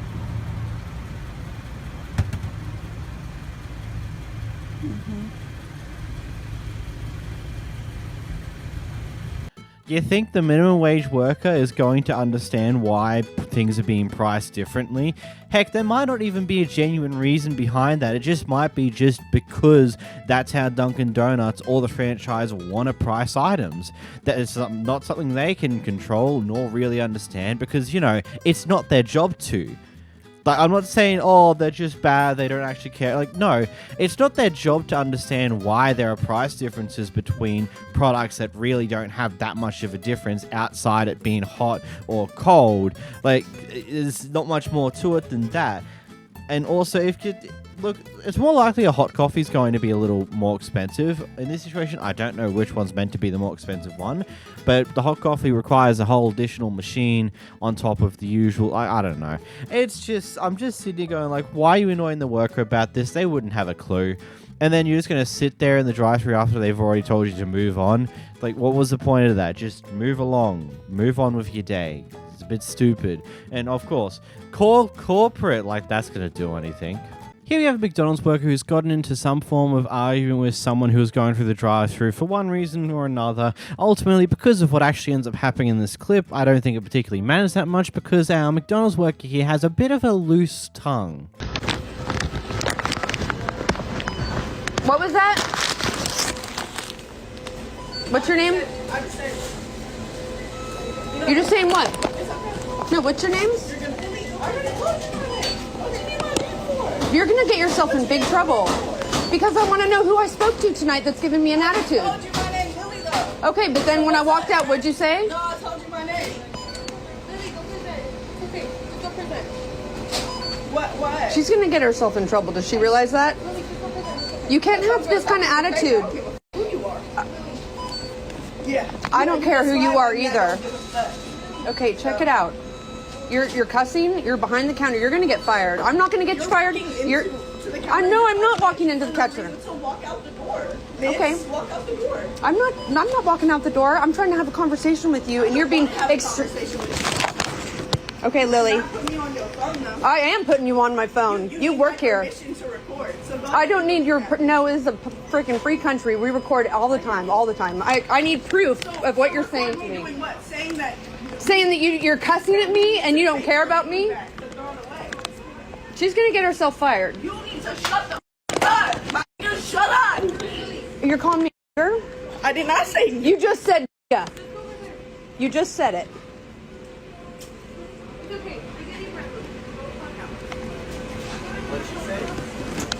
Yeah. She said something. Called me. Wait, like the N-word? Pretty much. That's what it sounded like to me. Yep, I have it recorded. She knew that she stuffed up the moment it was pointed out that she said that, because that was the point where she immediately backed out of the entire confrontation. As anything all the way up to that point, she didn't care. She was going to keep fighting back, fighting the quote-unquote good fight. But the moment that she realized that she dropped a bit of an N-bomb on the person is the moment that she's like, maybe I'm just going to go back here. Yeah, don't worry about me. What a way to show your true colors, though. And also, in public, in your workplace, whilst talking to a customer. Not only do you say that you don't give a about them, you just tell them to shut up and also drop the N-word on them. Wow. I mean, that's a very... I will adore how brazen you are, but yeah, no. Good job. You probably just lost your job. OP has continuously had issues with their neighbor. Heck, there are just countless different videos on their profile just categorizing all of this mess, and things seemingly come to a head here when their neighbor is just blowing leaves into their property. Stop blowing from your yard into my yard. Stop throwing your trash in my yard! You need to quiet I will down. put it out! No, you need to pick it up. No! Pick it up. You! Excuse No, me! pick it up. You are throwing trash. Do you not see all the in bags? my yard. Do you see all the bags I I am picked putting up? It Half out of it is from your my leaf. yard. Can you not I yell? am putting it out from my yard.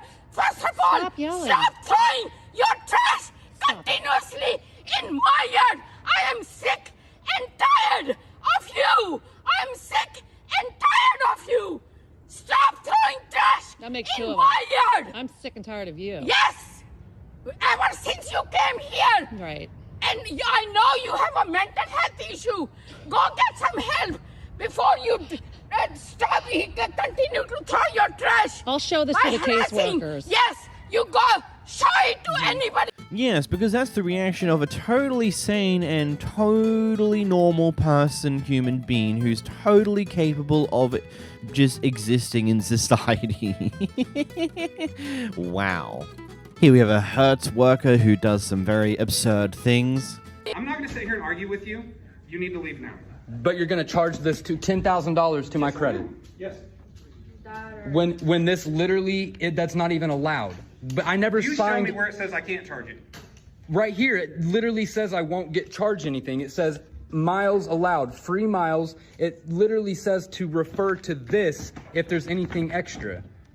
I've never signed anything saying that I could only go 100 miles a day or anything like that, or that I would have to pay more. Right. But you also never, like you said earlier, You just agreed, right? I never have signed You've that. never signed anything that's in that. But you also never signed anything saying we allowed you to drive 25,000 No, miles. in 3 unlimited months. is what 100,000 miles. No, it is not. How Have a is good day. how is unlimited not? Dude, we're done. Just leave, please. No, explain to me how you can unlimited. either leave or I will have you arrested. It's your choice. How is unlimited miles Okay. not? Wow. Now you're gonna call the cops on me, okay? Yes. I'm asking you plenty of times to please leave my office. I'm not going to sit here and argue with you or anything else. Unlimited miles means unlimited miles, right? Well, yes, that's what unlimited means, but you know how it goes. These guys don't actually mean unlimited miles. There's an arbitrary limit that they're not going to tell you because they hope that no one actually goes over that arbitrary limit. When someone does, they try to do shit like this, which is really stupid because, you know, courts exist and suing people exists, especially in the land of the free. This guy randomly walked up to OP in the gas station to ask, hey, could you get me free gas, please? And rather than accepting a no and moving on with his life, when he gets told no, he decides to play the racist card and all this other wild crap, because apparently just saying no to giving someone free gas is not good enough of a reason. Also, side note, he says he just came out of prison like a week ago, so that's some fun information. Why are you want to take my car? I don't care if you record it. Okay, get off from my car. I just got out of prison. Okay, I don't care. I'm gonna call the police then. Call them, bitch. Okay. It's a freedom of speech. I'm asking you to give me gas. I can't. I don't have money for gas. There you go. Like why? I like that answer better. Not just no. Like, give me a reason. I can record you. Okay, record me. Because I don't want to give you gas? You're pretty too. Racist. Oh. She's so racist. Don't like black people. She pull her phone out right away just because I asked for gas. Right away. We can record each other. I don't care. Record me. I record you.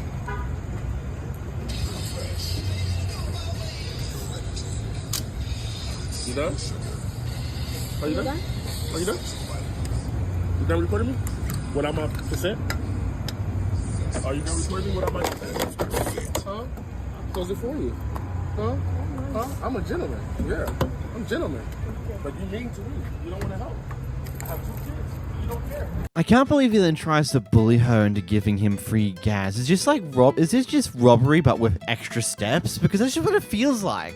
It just feels like you're trying to rob this person of their money so you can get some gas for yourself, but you want to do it in a way where you can't actually be held liable for doing it.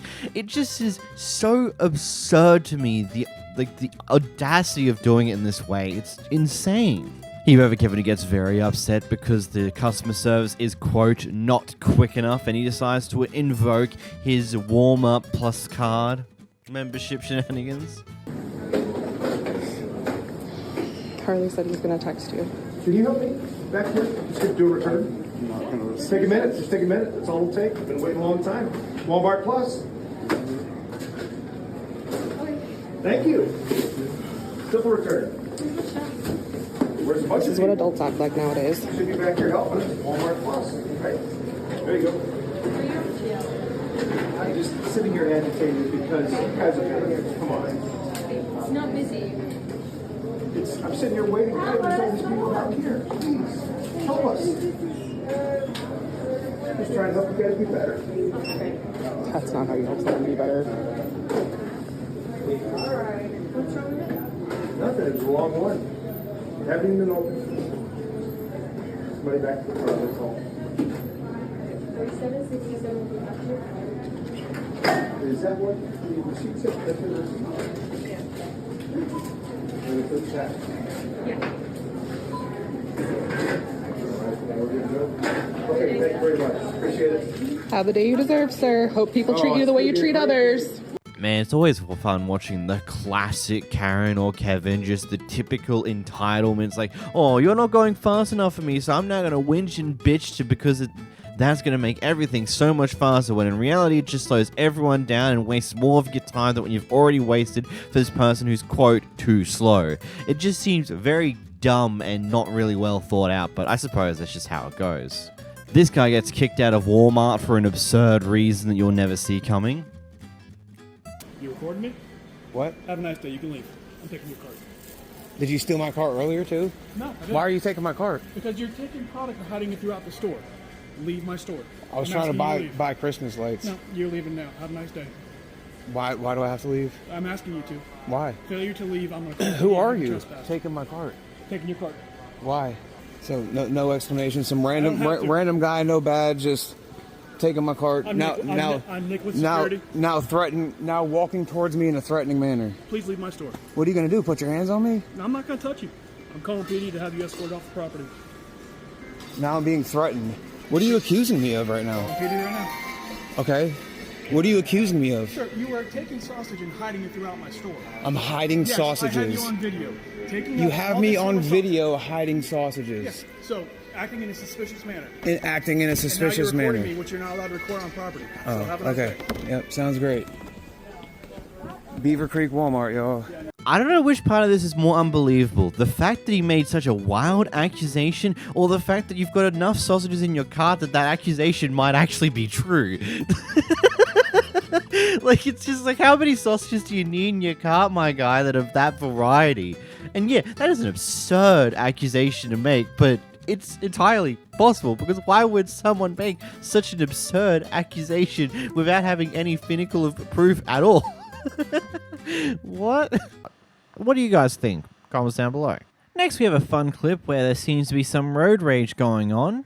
Though it's not about did you hit me though. It's not about did you. No, I'm not having a bad day, sweetheart. It's about the fact that you came on my side, boo, and then you had the nerve to push your head that way. Okay, baby, learn how to drive, boo. If you was on a driver's ed test, you would be done. If you was on a driver's ed test, baby, you would be done, boo. You would be done, boo. They would have failed you. They would have failed you. Okay, on the driver's ed test, they don't tell you to do that when you're in. I'm not mad, baby. I'm not mad. I love you. I love you. I love it. I love it. Have a good one. Learn to drive that big ass truck, though. When all's well, it ends well, right? Love how that ended. Just the casual. It's just like, no, I'm not mad. I love you. And then suddenly she reciprocates the entire feeling of that situation, which is just like, huh. That's cool. Great way to end this one. As well as a sly comment about you better learn how to drive that big truck. With this clip here, this is a rental. This person's returned the rental to the rental place, and it turns out that there's chunks of ash scattered across the entire car. And well, of course, the guy working there decides to ask the guy, hey, did you smoke in here? Who smoked in here? There's ash in here. And well, we have a very interesting conversation afterwards. Here's the clip. When you accuse somebody of doing something that they didn't do, somebody's going to stand up for themselves. I didn't accuse you. I was smoking in the car. I didn't say you were. I didn't say you were. I said there's smoke in the car and we have a no smoking policy. Yeah, there is. The ash in the car does not mean somebody necessarily smoked in the car. I didn't say it was you. But it still doesn't mean somebody smoked in the car. What are you, burning incense? In the car, sir. You can keep a door open. And somebody could be burning leaves, and ash from the leaves can be getting inside of the car. Whatever the case. I mean, it's very rare to happen. I can pull up to an Eagles game and leave my windows open, sitting in the stadium or in a parking lot, and somebody is smoking whatever it is they want to smoke. Blow the ashes out and bam. All that shit was blowing in. Nobody was smoking in the car. Then you got mad and said that I was smoking in the car because it's masked through something. Bro, that's a nice nugget right there. You think we can smoke that? Bro, it's legal where I'm at, but that still does not negate the fact that you accused me of smoking in the car. Bro, if we were in a court right now, you'd be so guilty of smoking. You're guilty of what? Smoking, dude. Smoking what, bro? I don't know. People smoke. I'm grown. I'm 35. People I know. Smoke. It's legal up here, and it's legal where I'm at. But there's a no smoking policy in the car. Nobody was smoking in the car. That's not smoke. Was that weed? It doesn't matter if it's weed. Are you going to get mad that somebody might have dropped a pack of cigarettes in the car and then the tobacco fell out? Are you really going to get mad about that and say there's no smoking in the car? It's tobacco leaves. I'm not mad. You're finding leaves, bro. But you're sitting here trying to accuse me of stuff I didn't do, bro. Like, get out of here. I'm not mad. 95% sure he's guilty. That's my verdict here. You can obviously come up with your own opinions here. I personally think he's probably guilty, considering how hard he's trying to deflect that off of him, saying, oh, it was this thing. Oh, no, it was this thing. Oh, it was this thing. That doesn't make quite enough sense to this. It's like, you could have gone for a myriad of other reasons that could potentially have covered your case, but you're clearly just desperately trying to find a way to deflect the blame, especially after he finds a little nugget of a certain item that I can't talk about because, you know, the gods are YouTube gods are watching. But it's just like, buddy, if you smoked in there, you just own up. It's only going to potentially go, like, he probably wouldn't be that annoyed. You might get a slight slap of a fee. I don't know. But it's just like, acting like this is definitely not the way to go about it. Here we have a pair of old ladies who are not happy with the dress that this person is wearing, so decides to take it into their own accords to attempt to fix this problem. That it was necessary to show one's figure. That's okay. Oh, you're probably a careful girl anyway. I am. You know, I mean, you know, yeah. And it's not about being careful. It's it's about... Oh, we were when we were young. We made sure we got on the field. Do you like going around and telling people they shouldn't dress a certain way? No, I suggest that I really do, because I think that it's very degrading. It's not degrading to me. Not to you, but... Not to anyone else either. Well, I think that... It's 2023, my love. You're going to get with the times a bit. Yes. Have a good night, darling. At least I look good. Slay. Ain't gonna lie, I've seen people wearing dress that are far more skimpy than that. That's not even that bad. Oh no, they're showing a bit of side skin, they're showing a bit of cleavage, boo-hoo, world ending, everyone's gonna die because this person is showing off a little bit of skin. Oh my god, like, really, like, it's one of those things where, at the end of the day, who cares what people wear? As long as they're not nude in public, or effectively nude in public, who cares? Oh no, they're showing a bit of skin that isn't a private part. Boo-hoo, cry about it, I don't know. Here we have an interesting one here. So this person is trying to get into this apartment complex, but they don't have a way to access it themselves. They apparently live with their boyfriend, or their boyfriend lives in this apartment complex, but apparently either his phone is dead or turned off, so he won't pick up the phone. She is sitting here claiming that that's what she's going to do, but apparently there's been other issues of people stealing packages from this apartment complex. Here's the clip. Packages? Why the f*** I need to steal some packages? Why do I need to steal some packages, bro? Matter of fact, you can get me in. I can show you my apartment if that makes you feel any better. Does that make you feel better if we walk together? No. No? Because of your reaction right now? Bro, I just told you I'm having a stressful day. Okay. I just told you that. Stressful days. Okay, that's great, but you're asking me for my apartment number? Like, who are you?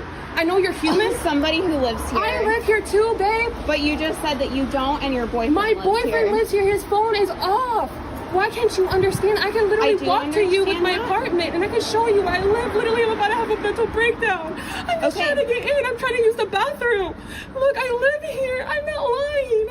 Okay, but your reaction just shows what reaction? Otherwise. What are you? You just went from crying to like insane. You are literally a narcissist. You're an evil.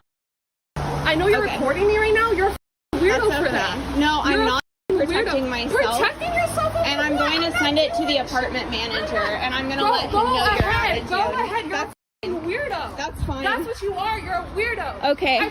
I live here. That's okay. Weird ass bitch. That's okay. This is quite interesting to say the least. I mean, in general situations, if a person actually lived at this apartment complex, then wouldn't there be some form of general management number you can call if you forget your key or lose your key or do something along those lines? Because it's probably happened more than once or twice. But then I suppose in this situation, she doesn't live here herself. She just claims that her boyfriend lives here, and if he's not currently responding to the phone, then I'm sorry, tough luck, you're just going to have to wait. No one who doesn't know you is going to be willing to let you in, considering that this apartment complex has a bit of an issue with people stealing packages. I think you just had a lose-lose there, man. You're just going to have to patiently wait it out until your boyfriend wakes up and picks up the phone, or until it has some power to it so he can pick up the phone. Or this is just an outright lie, and you're just trying to get in so you can, I don't know, steal some packages. Here we got an unhappy Kevin who seems to have had a fun night drinking at the bar and everything's gone horribly wrong, and he blames it all on the worker at the bar. Good on him.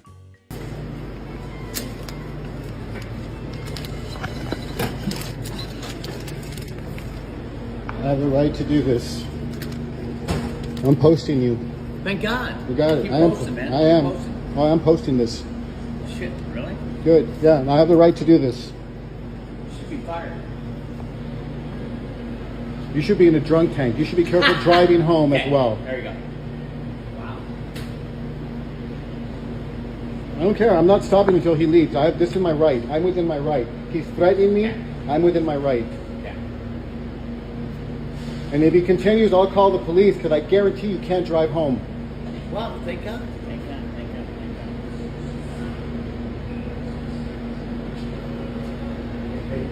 Okay, we're all good. We're all good. We're all good. We're all good. We're all good. We're all good. Okay. We're all good.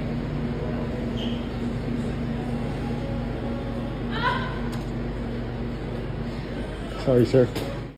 Fantastic. Like, I don't even know what to say about this one. It's just like, so according to the text that's on screen, apparently this Kevin is blaming the worker for his girl leaving him that night, which is a very interesting choice to be made and definitely shows a person who's not really able to take responsibility for their own decisions, and maybe once he wakes up with a massive hangover, he'll rethink everything he did the night beforehand and realize what he's done. Or maybe not. There are people who just don't care to actually acknowledge when they're wrong and just pretend that nothing actually happened. This clip will send you up a wall. I will legitimately let you know this now. This is an infuriating story. So what's happened here is these guys have checked into a hotel pretty late at night, probably around 11:30 p.m. according to the time state that they want to state here. Anyway, they got to their room and pretty much unpacked and went straight to bed. Partway throughout the night, the wife decides that she needs to go to the toilet, so they go to the bathroom. It turns out though that the door to the bathroom is currently locked. So they go downstairs to the person who's currently there working at the hotel, and he's the most blank state person I think we've ever seen before, who just refuses to do anything to help anyone in this situation. Here's the clip. You won't tell me. My room is 121. There are people in 120. My room is 121, correct? Correct, right? My bathroom door is locked. And you don't have the access key to that, correct? I have a master key. No, for the doorknob that is locked. No, I don't. You don't have it. The hall bathroom here is also locked, correct? Yes, it's broke down. It's broke down. That checks out. You don't have access to that door either. So currently, I have room 121 with no access to any restroom facilities whatsoever. Is that correct?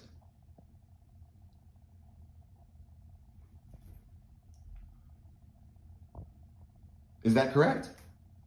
Well, I'm trying to think. Well, if I have one restroom in my room, sir, and that access to that is locked, then what other room would I have? What other restroom would I have?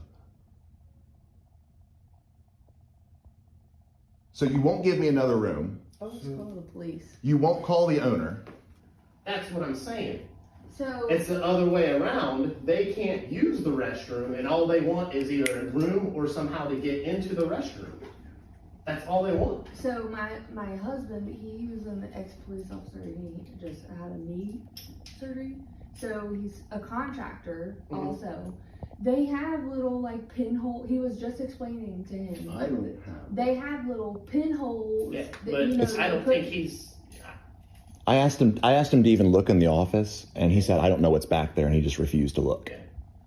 That's what I'm saying is, if the roles were reversed, and you had a customer in here that was just refusing to use your bathrooms, or because they couldn't get into their bathroom, they were now just going pee on your floor, you would have us out here removing them from the property. Do you ever get threatened?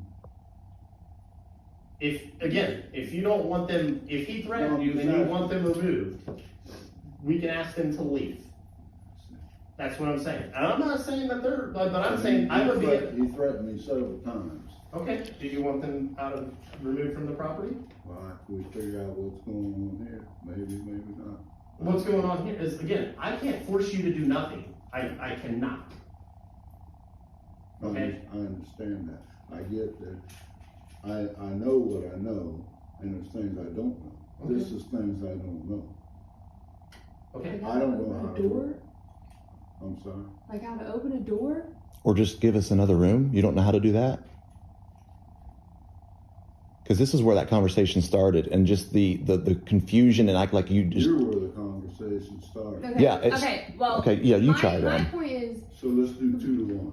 Okay. You want to jump in there, make it 3 to 1? No. I'm not You're taking it personal, but you're taking it. We just need another room, buddy. You're taking it like we're trying to attack you. We need another. I said you're taking it personal. This is ridiculous. This is the most. I'm getting this on recording just for the better business. And when I contact the attorney. Okay.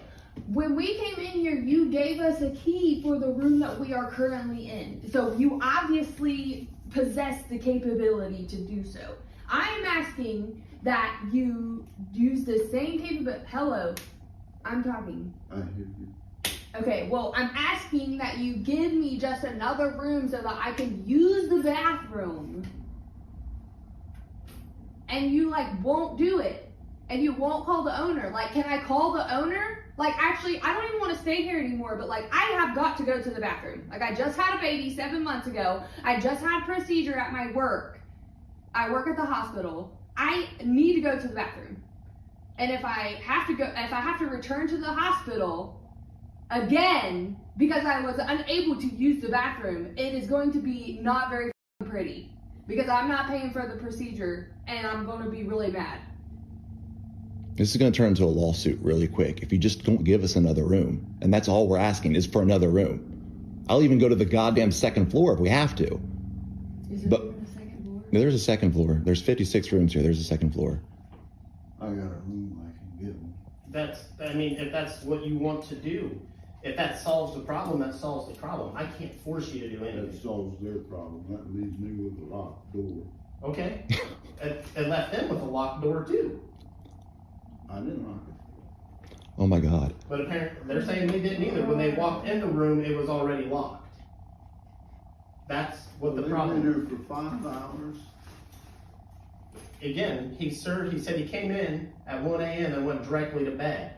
And then they got up to use the restroom, and now they can't get in the restroom. It wasn't even that late. It was like 11:30. Okay, even in then, if they came in and went directly to bed, again, I can't force you to do anything, and I can't. So, but it seems to me that like this could have been solved much civilly and much more easier than me having to come out here. You know what I mean?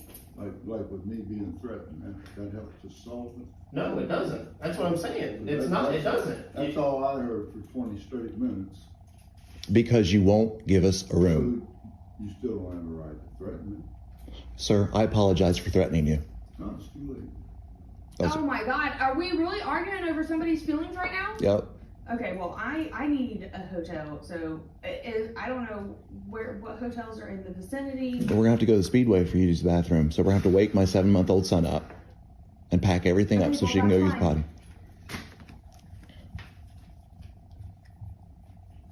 Brother, she can't walk. She's got a potty so bad, and you still won't give us a room. I was working on that. Were you? It's 17 steps there and back. In one of these. You have a master. He has a master key. You have a master key. You won't even lock a door for her to go use the bathroom right now. Unlock what door? Any door, buddy. Any door so she can use the bathroom. Other people's rooms? An empty one. What are we talking about? You know exactly what I'm saying. An empty room so she can use the bathroom. Hell, your room. Like you just left to go use the bathroom in your room. I would take your room at this point. She's got to use the bathroom. See, this is a better conversation. You want me to beg you? Is that what you wanted? You wanted me to beg you. I can open a door and let her use the bathroom. I want a room to use the bathroom. Can I get your ID, sir? Can I get yours by chance? My ID's in my room, but I'll use what's up. Can I need hers too, just for a simple report? For sure. We came out here. Can I get your ID, sir? It seems to me that you guys can solve it easily, civilly. If you don't want to have it solved, and you want them to leave, I can ask them to leave. They don't have to leave, and I'll work on getting you another room. Okay.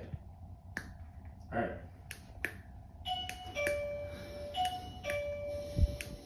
I'm leaving. I'm out of here. Can I go to the bathroom? Well, he's going to work on getting us a room. No, he's not. So, for everybody wanting an update, life got in the way, so we weren't able to get one as fast as some of y'all were wanting one. So, update on the hotel situation. For starters, we were up in Upper Sandusky for an MMA fight. Obviously, this is what's wrong with my face. I did win. It may not look like I won, but I did win. But the update is that I spoke to my brother, who's a lawyer in the Akron area, and it looks like we're going to be pursuing personal injury and breach of contract. Like a lot of you have said, there is obviously a case to be made here, especially since my wife had just had a situation or an operation, a procedure is a better way to say it, on her uterus. And she even mentions that in the video if you listen. And then on top of that, she had a baby 7-8 months ago. So you know, being forced to hold your urine over not only the course of our initial discussion, but then after the police were there, and then also to have to pack your room, wake up our infant son, load the car up, and drive to a gas station for her to be able to relieve herself was just a ridiculous situation, and it was uncalled for. For some of you mentioning like, oh, he was acting that way because he was provoked. I walked to that desk at 4:30 in the morning and it was empty again. I had to call and wake him up, and he came out of his room. He's just crashing at that hotel. Again, he's not an employee.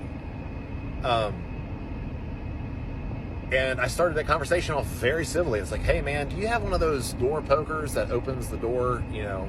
And again, a lot of you have mentioned like, well, just poke it with it. It's 4:30 in the morning. Shouldn't have to, for starters.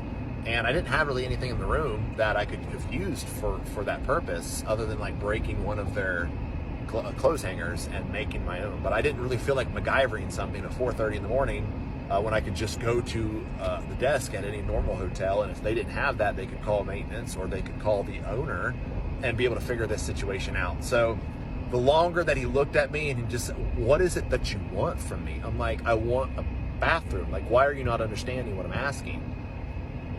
And it just was just a cycle of stupidity. And I finally got to the point, it was like, my wife needs to piss. And is what he said. And I was like, I'm gonna be if you don't just listen to what I'm saying and just give me another room. And the hotter I got is when my wife came down and she was like, he has been down there too long, and now I hear yelling. Point being, did not instigate this situation. I think any man listening to this would have acted in a similar way if it was his wife and children. If not, you're a pussy, and I don't care. So, we're going to be pursuing legal action against this hotel. To those of you that have reached out and blown them up and asked for rooms that did not have a bathroom and just called them on hours of the night, God bless you folks. There is nothing in this world that unites people like the internet, particularly TikTok. Just the fact that so many of these random strangers that found this video thought to themselves, you know what, yeah, I have time for that today. I appreciate you. You're my type of people. There's a lot of you all that I could be friends with out there, just because the sheer level of petty is so appreciated by myself and my wife. We have laughed endlessly at some of these comments. Whether anything comes of this or not is irrelevant at this point. I think so many people, and this video's 600,000 views or more now, and continues to go up. So God bless y'all. That hotel, those people that own it, and my brother pretty well assured me, he's like, these things never go to trial. So, and I don't anticipate us squeezing any type of money or any type of that situation. It's not even our intention. But just the neglect and the apathy towards the situation, and then the follow it up. I mean, obviously the owners have known about the situation now, and their remedy was to change the number for the hotel or to pretend as though it's not their number now. So that's pretty cute. The further this goes, we're planning on sitting down for some consultations with some personal injury lawyers, some breach of contract lawyers, and seeing what the plan is moving forward. The more we get to know about this, the more I will post y'all. For those of you that are following now to this situation, I hope to have something for you here shortly. Thanks. Yeah, that was indeed a clip. It's a lot to really think about there, and definitely a very crazy situation. This just seems like one of those things where the guy who was supposed to be working there got someone else to take over them temporarily, saying, you know, nothing usually happens at night, just sit here, look like you're doing something, and I'll be back later, or crap like that, because it's weird. Because usually there'd be a hotel, at least one worker still floating about this late at night, but apparently the guy who was, it wasn't someone who's employed there. And rather than just being apologetic about it, the owners of the hotel seems to be just trying to dodge the entire thing by just switching phone lines and pretending like none of this has happened so far. It just seems like a lot of just stupid decisions have been made here that just make absolutely no sense. If I was in the shoes of that older guy who was there, who was apparently just refusing to do anything? Do you just lack any form of empathy to other people, or you just literally did not give a damn about anything, that you just didn't want to try and help the situation, you just wanted to be a brick wall? Even when the police showed up to try and handle the situation, you just continued to be a brick wall, not being honest with anything, not saying that you don't actually work there, not giving any information to help anyone whatsoever, which is just outright ridiculous. Though I do have one thing to note, it looks like you're driving your car whilst you're making this follow-up video. That's a little bit unsafe. I hate to be that type of person, but couldn't you have just stopped and done this? I don't know.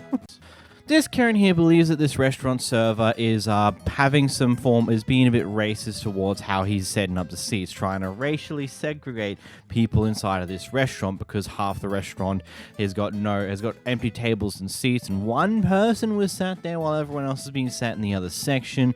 People are apparently being served out of order of when they get there, so on and so forth. It ends up in this kerfuffle here. No, don't do your job. You do your job. I'm doing about contract right now. Stop. Okay. You're not doing this one right. You know who was here before. What? This guy put his name on the list. Speak up. Speak up. Nope, you're not doing it today. Sir, what we're not going to do today is have racist seating in this restaurant. I'm looking at you. These guys are next, and you seat them. You see them? You seat these guys. All right, I'm going to go deal with the actual manager. She is not a manager. She is now. I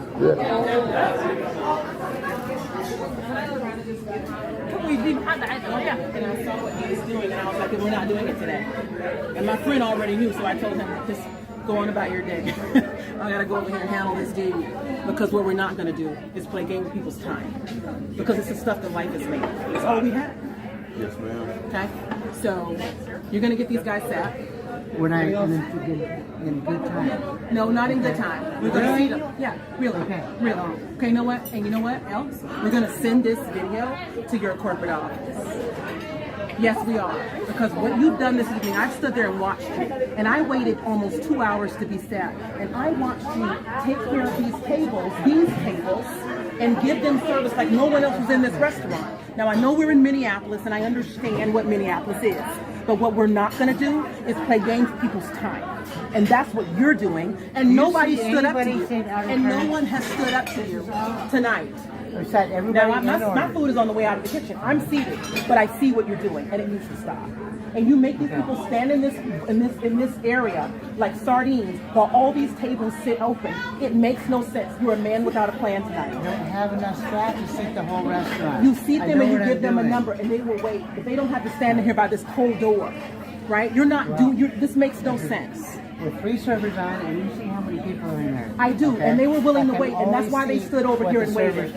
Right? And you have people with disabilities out here waiting, and this woman came in after all these people, and you found a reason to see her. Her name's right here. Right here. How was she sat before you? She was not here. I stood right there, and I saw when she came in. I can't keep track of who somebody's I know you can't. I know you can't. Okay. But I'm telling you. I'm telling you. I'm telling you. Okay. Just believe me. I'm not here. When I ask you who's next, so they come up and I'm next. Okay. So this guy, I was sitting right there when he came in. I was sitting there when she came in. She came in after him. Now he needs to be sat. You're good. I want to get to these wonderful.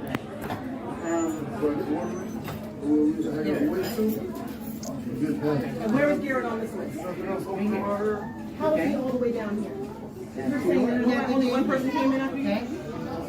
No one was up here when I came in here, so we all came in here at the same time. I have no way of knowing. But there was no one up here to know when I came in. Right. Okay.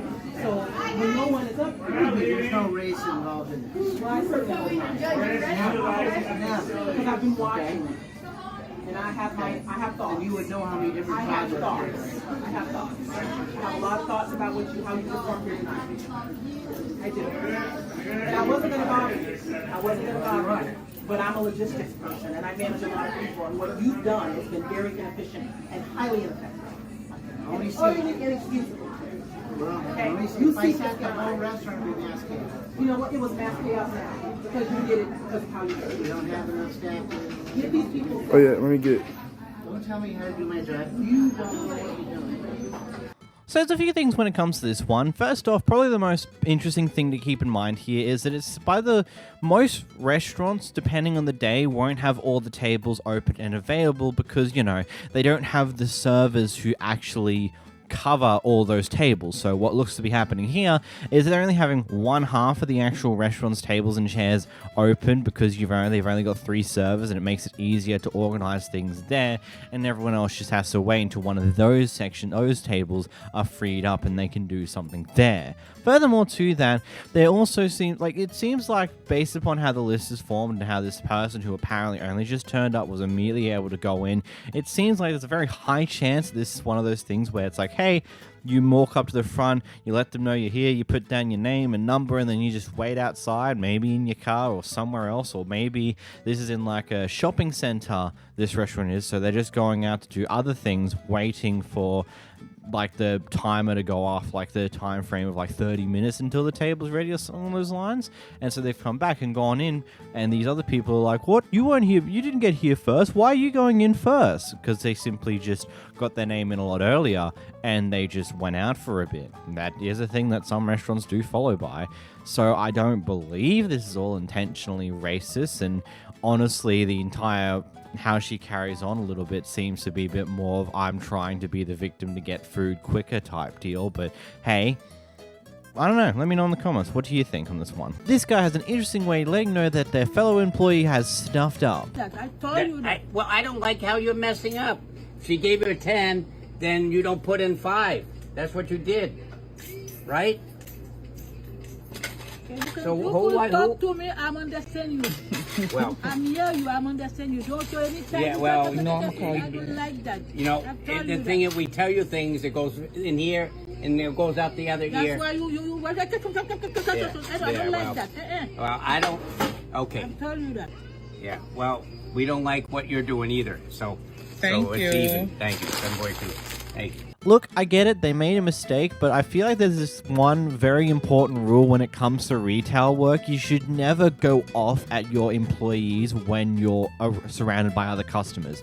That should be something you save to behind the doors so other customers don't have to deal with it, because A, it makes you look bad as a manager if this is your way of treating your employees, as well as it's basically very embarrassing to the employee themselves. You just don't do this type of thing.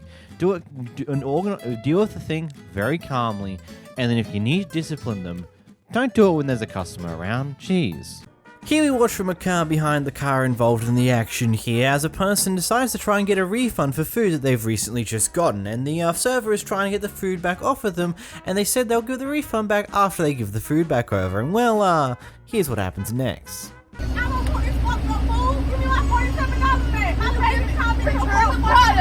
Return your money. That's how it works. I don't see no money in your hand. So what? It's simple as that. Are you a manager or what? Where's your GM? Where's your GM? I am the GM, dumbass. I will beat your ass. Please do. Try it. Don't say try it. Try it. What you gonna do? Shoot me over some chicken? Give me the food. I'm trying. You get your ass, girl. Give me the food back and I will give you your freaking money back. Can I have my money, please? Can I have my money, please? Oh, you got me. You got me. Oh, hell no. Bitch. Oh, yo. Bitch, you finna get fired and you finna get beat the fuck up.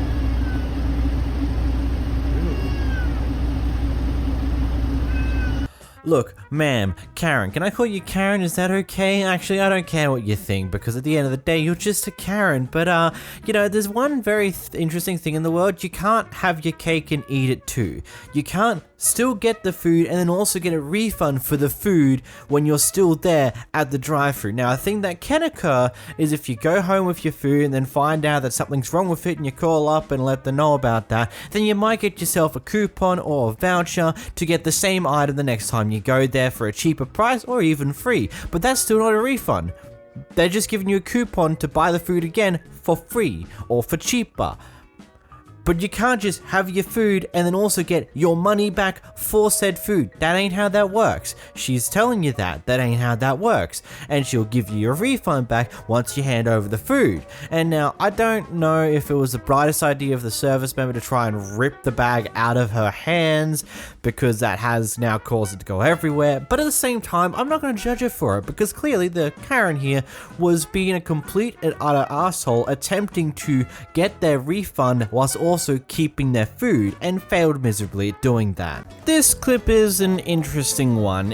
Depending on who you are, and depending on your experiences and your own opinions, this is going to be more of a diversive one, just because of everything about it. So basically, the story goes with this one is that the lady recording came in and got her nails done at this nail salon a day or two ago, a couple days ago. Apparently within like 24-ish hours, the nails broke, and when she went to come back to this nail salon, apparently on the online page or the Trade Nails online said that it was closed. So rather than waiting for the next day for this to be open or double checking in person, she decides to go to a different nail salon instead and pay them to not only fix her current nails but also make her new ones. After which she goes back to the previous nail salon and try and gets a refund for the original broken nails. You're not the owner? It doesn't matter what I am in here. So you're not the owner? It doesn't matter. Are you the owner? Is this your... Doesn't matter. You can So then leave. can I talk to the owner? You can leave. I'd like to talk to the owner. There's no owner here. You can leave. There's no owner No. for this business? No, there isn't. What do you mean? I'm wiping my table down. What do you So mean? you are I'm the owner? cleaning? And you're Okay, not going to you give me can a leave. refund? No, I already told you. I'm not going to give you a refund. For the fact that your nails didn't even last 24 hours? My nails in here always last. To There's other people, no correct? way. There's no way. Correct? So I can't get my money back nor my tip because your site says that you were closed and you're telling me I was supposed to drive down here to check to make sure that it was open. Even though you can't check and update your website to make sure that it has your business hours correct. Right? That's what you're saying. That's what you're saying? You know, you're just standing here trying to pick a fight with me. I'm I not. already I'm told asking you that's you exactly for a what you're refund trying to do. for the fact that my nails were shit and I paid you $105 to get them fixed. And what? And you're not going to do anything. Right? You're just going to sit here and clean, not your business, but not refund me the money. No, you went somewhere else and got it because done. you guys were closed. Okay, and that's my fault. It's not your, I'm not saying that's your fault. I'm saying because you guys were closed, I went somewhere else and got my nails fixed.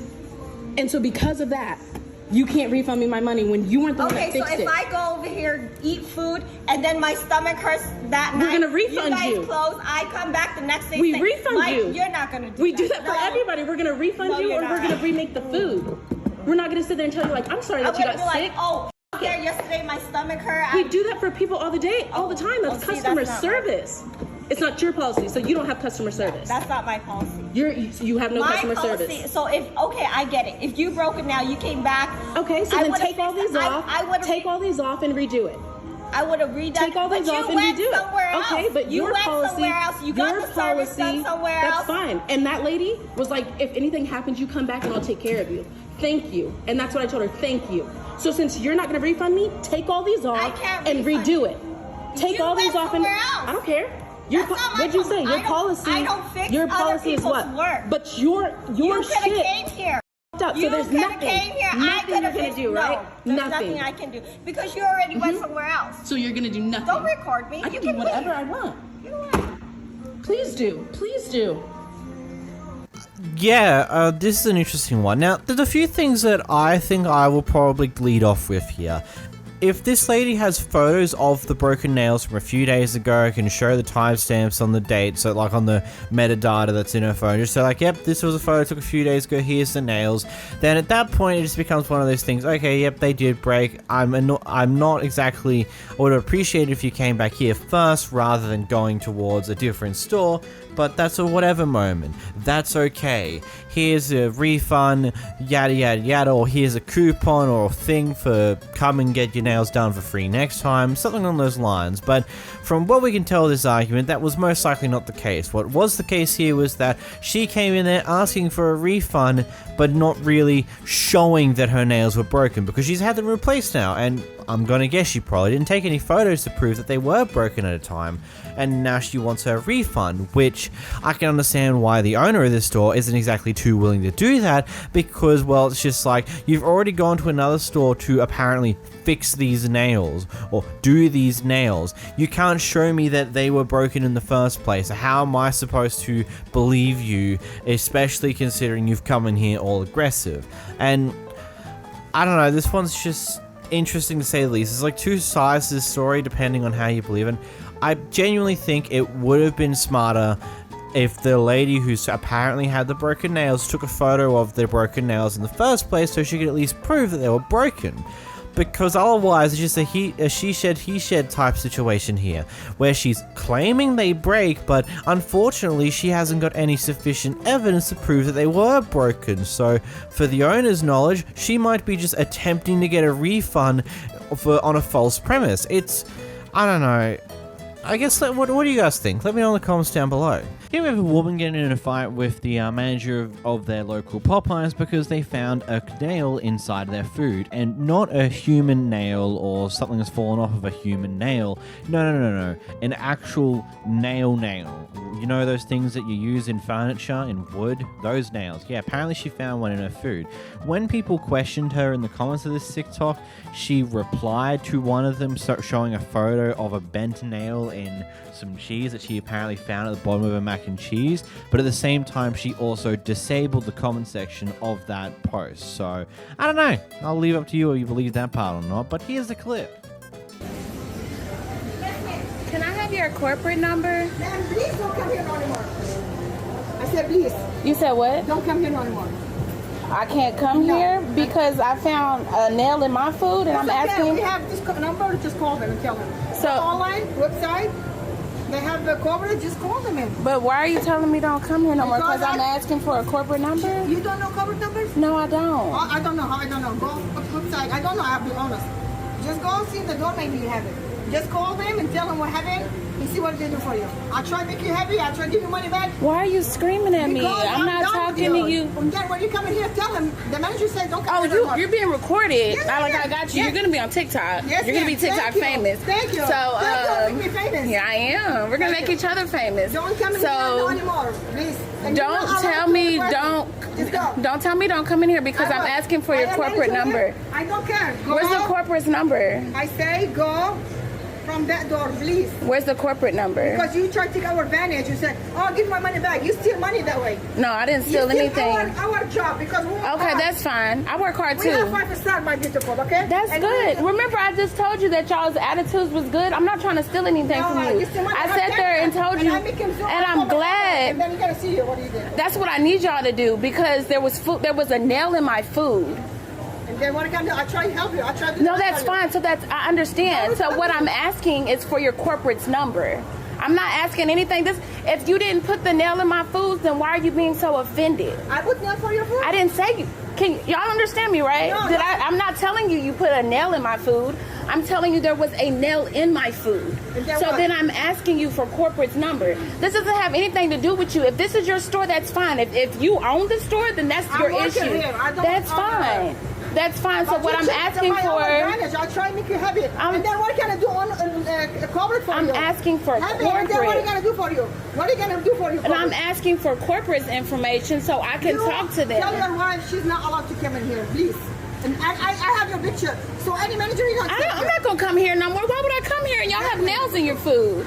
So what I'm asking for is for corporate's number. Yeah. Do you not have it? No. You don't? No. Okay. How many times I tell you? Other notes, apparently this escalated to the point where the manager called the cops and the cops got involved and she waited there until the cops got involved, and what happened there's not been really any information told about from that point onwards.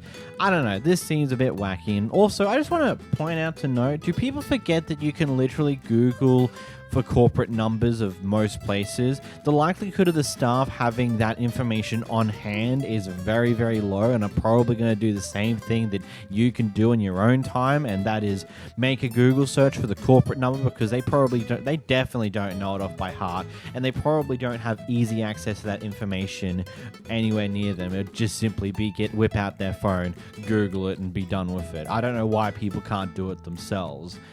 And I don't know, the rest of this is intriguing to say the least.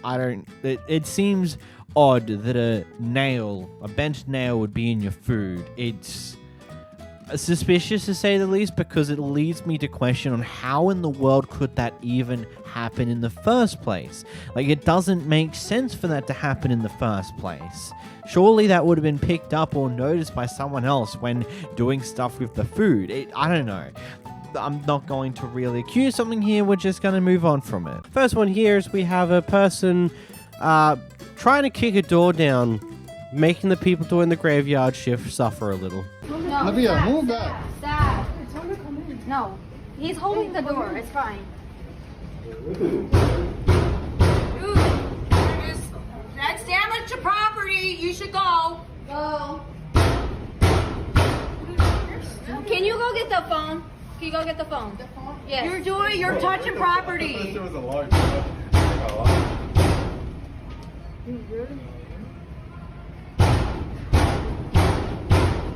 It's not gonna do anything. Well, that clip ended fast, and is that just me, or was there sirens could be heard right at the end of that? I hope it was, and I hope she got caught, because whoopsie daisy. I find it funny how the jaw just didn't break despite how hard that person clearly was kicking it. It's like either they've dealt with this before and have had to reinforce the glass, or she is just weak. I want to ask you an awesome question here. So if your son's kid was getting a haircut at this barber here and it turns out they slightly stuffed it up, or you're not a fan of the haircut they gave your kid, what do? Do you A, ask them to fix up the haircut and do better? Do you B, ask for a refund? Or do you C, try to fist fight them for the bad haircut? Well, why is that even an option? Don't tell. Oh my god, of course someone's going to do that. Here's the clip. Call him. No. Call him. Let's go. Get out. Come on, man. Let's go. Move, man. Let's go, boss. Yeah, take it easy. Let's go. Come on. Bitching about some hair, bro. Sir. As we move, you're gonna get pushed. You don't care. All you're doing is talking, bro. Come on, you got your son right here. You tired? You ready? Come on out here. Come on out You here. got your son in here. Come on, let's go. Yo, Papa. Yo, Papa. Chill. Don't fight. Easy score for barber show, right?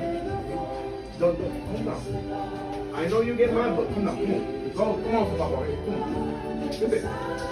Come on, Papa. Just looking, bro. That's all you're doing, man. Dirty, Come on stop. out here. Let him leave. Come on out here. You bad? Whooping all that bullshit. Come on out here. Sorry, come on, let's go. Come on out here. I'll be out there in a minute. Man, what you doing? That's your Come on, son. Papa. Come on. Look, hey, your son is here. Don't fight for stupid shit. Yeah. Come on, don't fight for stupid shit. That's stupid. Come on, get your son. Think your son, bro. Your son is first. Don't fight for no reason.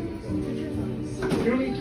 Your son is here, buddy. I know, bro. It's just I grew up like that. You know, that's how we talk to each other and shit, bro. But I don't mean it like that. You know. That's what we should do.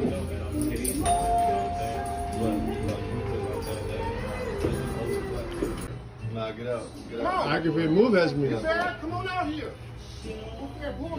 I was literally in front of his face, bro. He didn't do nothing. You ain't now what? Yeah, that's what I thought. You gotta Your mama's a bitch. I never knew someone would be willing to cop an assault charge for over a bad haircut, but here we are. Here's a guy who's willing to do that. Heck, he's willing to go for multiple of them because he made the attempt to push multiple people out of his way in order to go bash someone. What a guy.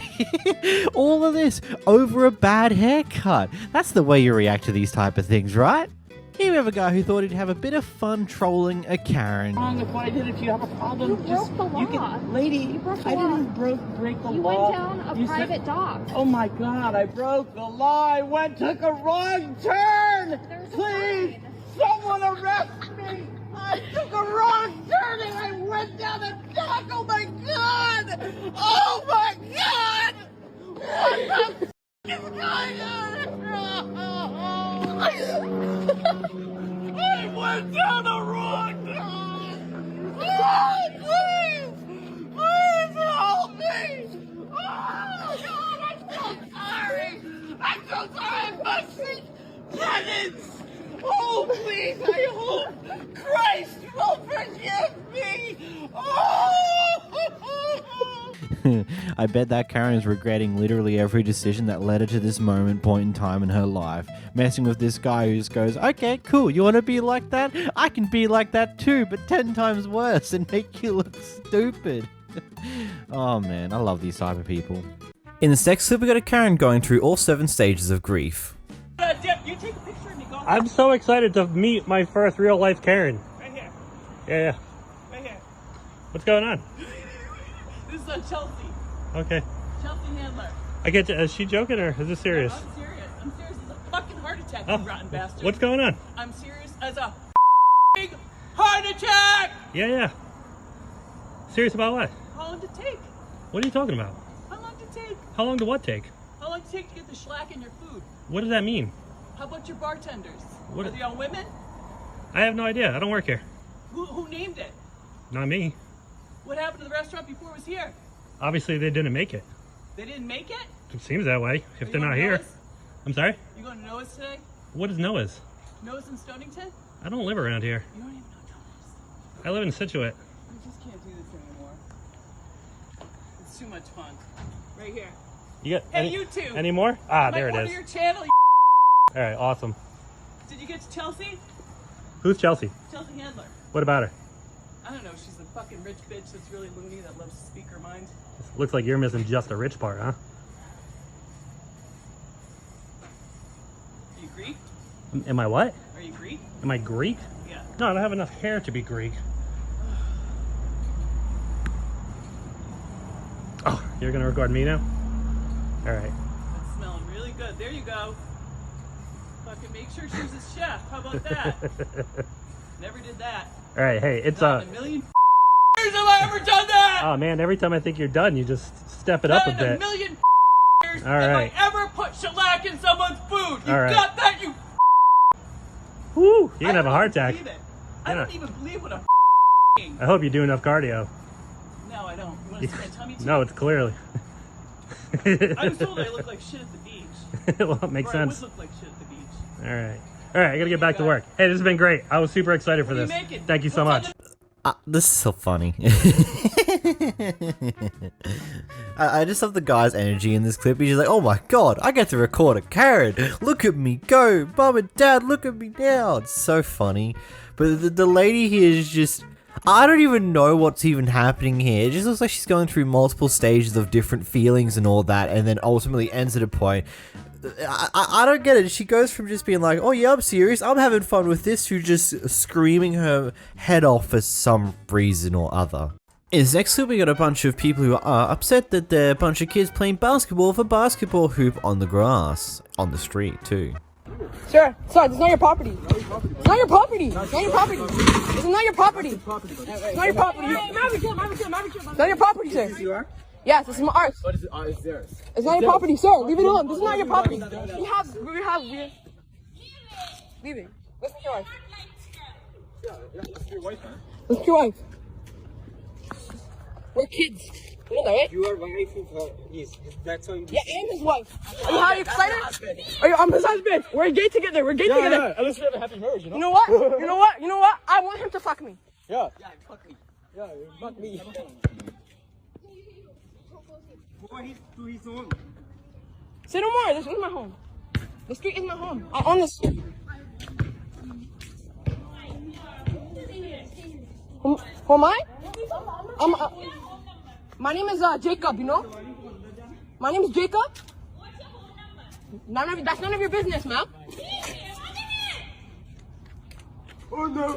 Oh my god! Such a big thing, buddy! Buddy, you did such a big thing! You did such a big thing! I'm so offended, buddy. I'm not going for this.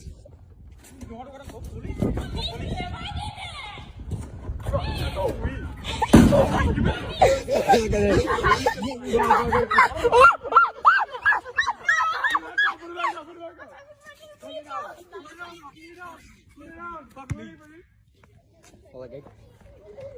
Come on, gang! Come on, gang! That is so cool! Oh my god! He's coming to our home! Oh my god! I have a video. We have a camera. Pedophile. I'm not serious. What's your age? And why you are telling this bad word? I'm 14. You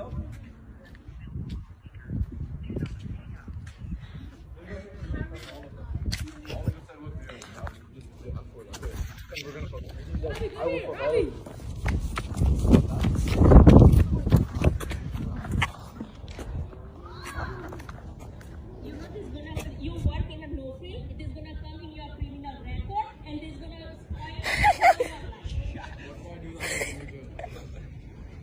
Tommy, seriously, Tommy. No, actually, tell me what I did. Actually, tell me what I did.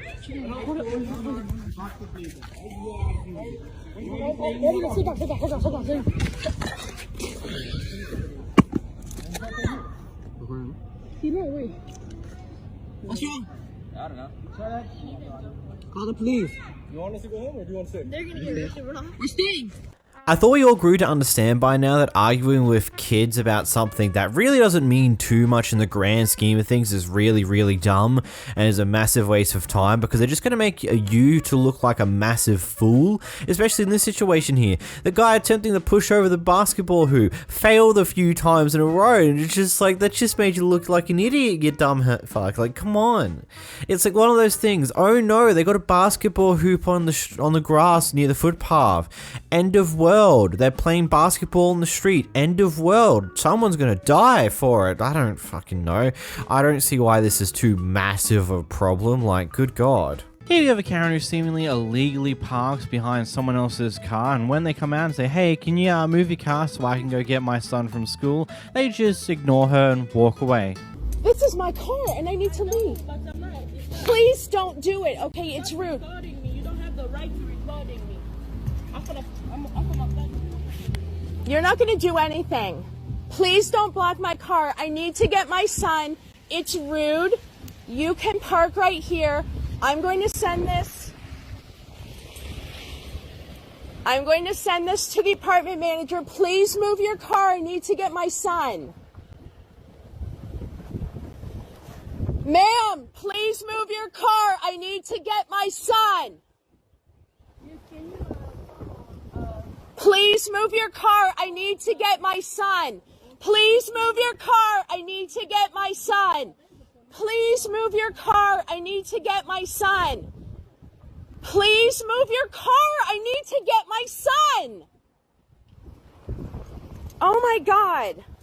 Wouldn't there be like a number you could call that could get someone to tow this car away because it's illegally parked and it's blocking you from actually doing anything with your vehicle, especially in a situation where, you know, your kid's finishing school, you need to go pick them up, but this person's literally just parked and left. Wouldn't you have would that be a thing in America where you can just call a number and get a car towed because it's illegally parked, or is that just an entire kerfuffle? I don't know. It seems insane that someone just does this, even though the direction that she ends up walking, you can see how many car spaces are over there. There are literally empty car parking spots that she walks past to wherever she's going. Why even park there? Is it literally just to be petty? Like, what even? In this next clip, we got a Karen who cut in line because she's not a fan of big fuck-off trucks. You couldn't just wait in line? Well, you were taking forever. Your stupid truck is this big. I mean, why is your truck that big?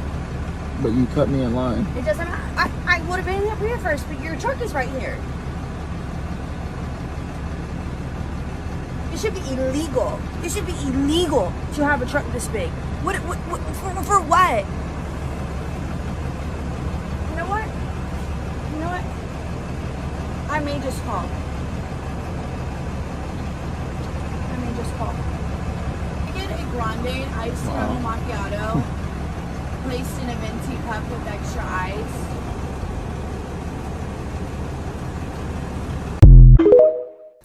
You gotta love how that clip ended. It's just like, she turns around, it looks like she either preps for a punch or goes for a punch, and then the TikTok sound effect comes on. It's like, why did the clip end there? Clearly, I don't even know what happened there. Okay, I think I should make one thing clear. I'm not a fan of people having those big fuck off trucks, because to me, I don't see why you need a vehicle that fucking big. Not only does it cost more fuel to run, so you're burning more fucking money by using it, those type of vehicles literally kill more people than any other smaller vehicle. You could probably get the same amount of space with a smaller ute. A smaller vehicle with a nice big tray. I mean, a lot of people use vans for that type of thing nowadays because they store more. But either way, just because you don't like the big fuck off truck doesn't mean you cut in front of the big fuck off truck. In fact, I would say that's a very bad decision because the big fuck off truck can't usually see over his hood if you're directly in front of him, so you might get yourself ran over. This Karen here supposedly watched a beer can be thrown onto the road by apparently the people behind the camera here, so she decides to go up there and annoy them about it. Says that she's already called the cops and assumed that they're going to do cross DNA analyzation by analyzing the DNA on the beer can and comparing it to her DNA to prove that it was her who threw it out the window and that she was also drunk. We'll get back to you in a moment. Here's a clip. They're going to take your DNA and the DNA off this can, and they're going to find it. Because I watched you throw it, so don't lie to me. I'm not. You are, and I watched you. Well, and if you say you watched me, then you are lying. Nope. You want to smell my breath? Because I haven't eaten anything or drinking anything. So it's not going to smell minty. Here. Any minute now. I haven't done anything. Have a seat. Check out the beer in your car and the youngsters in your car. Have a seat. Have a seat. I'll call them back. I feel like this is... I don't think I'm going to.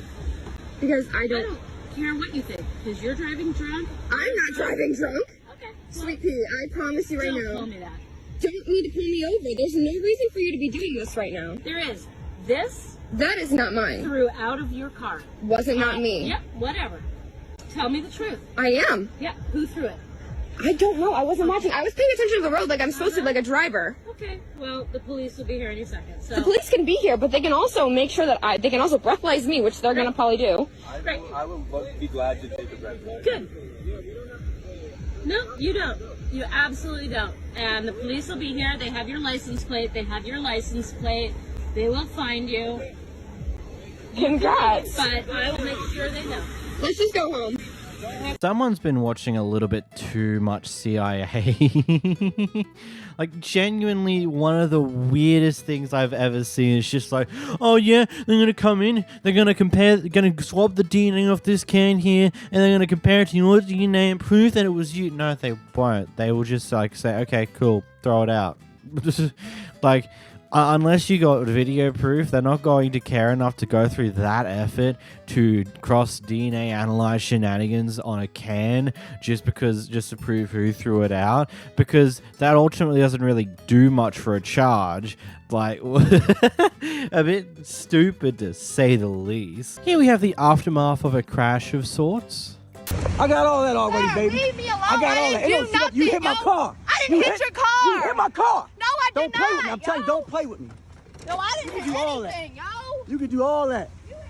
You can do all that. You can do all that, baby. You can do all that.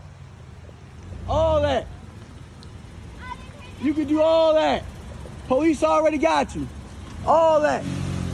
Police already got you. Obviously, her brain wasn't firing on all neurons today, because anyone with any form of logical nonsense would understand that staying here and dealing with all the mess of this crash is going to lead to far less consequences than performing what this is, a hit and run. Even if you don't have a license, even if you have all these things you've done wrong, simply doing the act of running away from a situation is only going to make this worse for yourself when they eventually catch up with you. It's that simple. This Karen's having fun in a drive-by argument. If you want to pay me, that's great. If you want to continue at my life without paying me, that's not okay. That's called abuse. Do you know that or no? Do you not care? Clearly that you don't. Clearly you don't. You don't care. But you care so much at the same time, right? You care so much. You're so empathetic. You are so empathetic, aren't you? You care a lot. Is it bad that I thought it'd be funny if she ended up running into something, hopefully some form of pole or something that doesn't actually affect anyone else aside from her, because she's not exactly paying 100% attention to the road. She's too busy trying to yell at this person. Granted, it can also be said the same for the person behind the camera, but nah. This next one's a very interesting one, as this time I'm going to have you approach it with a question. So this person's recording this clip here. Apparently this is what happens when banking while black. Basically pointing out that, oh, there's been some form of racism that's occurred here. That's at least what I'm assuming based upon the framing of this entire thing. Though I do propose the question, based upon what we see here, do you think there was any racism? Let's get into the clip. Okay, I didn't get the opportunity to get the manager's information. I don't know who Dana is. Dana is not a professional name of contact to give somebody. She's being so disrespectful. Who was the lady that I just spoke with, ma'am? Assistant Manager Jody. Her name is Assistant Manager Jody. Do they have a point of contact? Is this their business card? No, that's just... Do they have a business card on their desk? No. So there's no way to contact. They have no business card. So no, this you have to contact So this is... Okay, number. so let me write this down. Do you mind if I borrow your pen? No, you can take one if you like. Okay, not a problem at all. Okay, and you mind if I get a piece of paper on a notepad? Sure. Okay, perfect. Because I always seem to have a problem coming into this branch. So the point of the manager is Dana. Mm-hmm. Okay, and you guys are refusing to cash my check because you want me to physically bring my contractor who's trying to do my home. I don't know anything about your check, and that's... Okay, and I'm asking to speak to a manager about the situation, so if you don't know I didn't speak to a manager. She came up and she tried to disrespect me. Okay, and I did not get to speak with her. Mm-hmm. Okay, so I'm asking to speak with her. You're asking to speak with her? I'm asking to speak with the assistant manager. That's the first time you've asked me, so I will let her know. Okay, well, she came up very disrespectfully. She didn't ask to speak to me in private. All right, if you would have a seat and be quiet, I can go get her. I'm sorry, did you say what? I could, if you can... You said if I can have a seat? I told you I'm deaf and I'm hard of hearing. You did not tell me that. So you're asking me to what? Okay, but why are you telling me as a grown woman to sit down and be quiet? Because there's other people... That speaks everything to your attitude and your demeanor. All right, don't sit down. Respect yourself. I do. Respect yourself. I absolutely do. Please do. Okay, so the manager's name is Dana. Mm-hmm, and she's not here today. Okay, and the assistant manager's name, who I asked to speak with, is who, please, ma'am? Her name is Jody. Okay. And I'm getting these point of references to be able to, on the phone, speak with Navy Federal, just so you know. Mm-hmm. How do you spell Jody, please? Jody. Okay. Okay. Could you put me in for an opportunity to speak with Miss Jody? Yeah, I've let her know. Okay, no problem. I'm going to go outside with my family for about 5 minutes so that I can have your peace and quiet kept in here, and then I'll come back inside just so you know if you call me and you don't see me. If you want to take the card? I think I have you guys' information. There's nobody's point of contact on here. Right, It's just the general Okay, number. no problem. Personally, at least from what's contained in this clip here, I don't think so. Again, there could have been other things that occurred outside of this clip that they've posted that actually would have been racist. Unfortunately, we don't have that information, which that's just what it is. There is a few interesting points that other people have brought up about, oh, so you're hard of hearing, but you heard her tell you to sit down and be quiet beforehand, and things on those lines. And it's like, there could be various things to that. Usually, my experience of people with hard of hearing, you have to talk a lot louder, or sometimes even yell towards them to get them to hear you if they're almost deaf. But at the same time, if they're looking directly at you, they can also, some of them also have the capability of just reading words off of lips, reading lips, and things on those lines, and understanding what's being said because of that. I don't know. This is just one of those things where I look at it and it's just hard to really summarize anything out of the face value you get here. You can assume things for sure, but I don't really want to do so in this case here. But hey, I'll leave it to you guys in the comments. What are your thoughts? Here we have an interesting one. The person who's already here in the car park, they parked normally in their car park, but because the person next to them had double parked, they were extremely close to their car to the point where they couldn't get into the driver's seat. So they have the most appropriate reaction to that incident. Not? Do it! Do it. Take a picture. I'm taking a video! I got plenty of spots.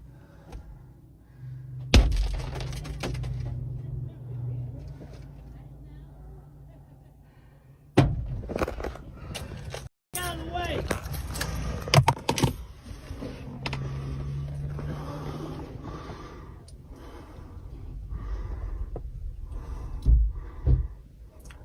Prick.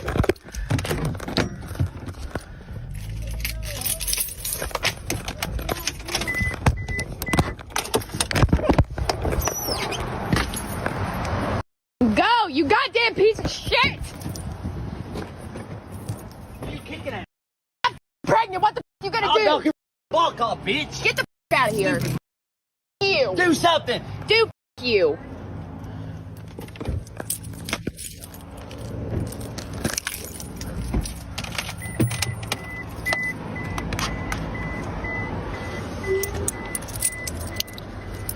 curious question here. I wonder, would you have had the same reaction if she wasn't in the car? Like, if she was inside doing her own thing and he came out to see this, would he have actually still gone to throw stuff, or would he have just been like, fuck, looks like I screwed myself here because I double parked?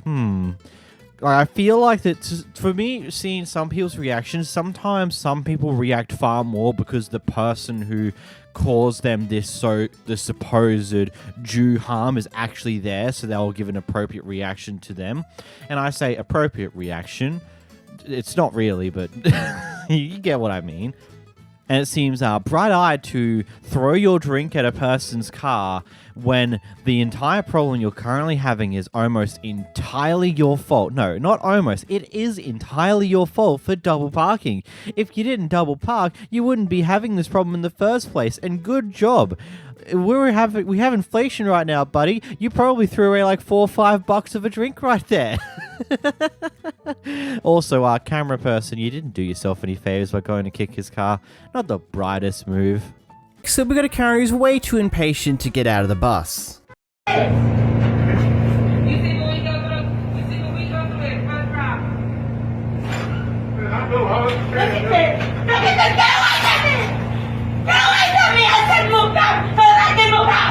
I said move back so that I can get out! Man, you better quit hollering at me. Get away from me! You better quit hollering at me, man. I'm 67 years old, I'm not the one. I said get out so I can get out! Hey, I lost my leg saving one of you people. Call the police! You better quit that shit. Call the police! On the phone! Now! For what? To get you off of me, you fucking idiot! Because you went crazy. Make sure you get out. I'm not crazy, you goddamn moron! Because you went crazy. Get me out of here! Yeah, I'm not crazy. Get me out of here! Save for your people. That's how. Get away from me! Get me out of here! Move it! What's the problem? Move it, you idiot! You the idiot. Call the police! For what? On the phone! For what? Now! Very crazy. Yeah. Man.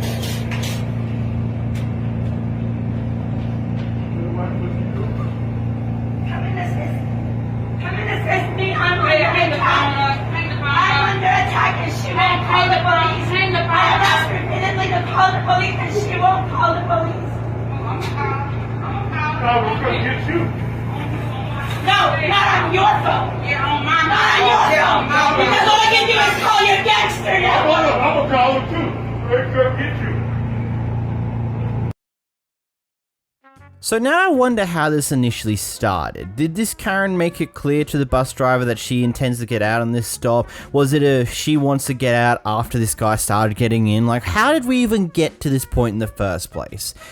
I'm not going to assume on how it gets handled in America, but over here in Australia, if a disabled person with their wheelchair or mobile vehicle is trying to get out of a bus, usually they have to make it clear to the bus driver that they intend to get out this stop, and then the bus driver makes sure that the entrance stays clear so that they can get out first, and then everyone else can come in. But then further beyond that, if she just waited a few moments and let the other guy on his wheelchair get into his spot, there's more than enough room for two people to be in stuff like wheelchairs and stuff like that in a goddamn bus that all she need to do is wait for him to get into position, and then she can leave.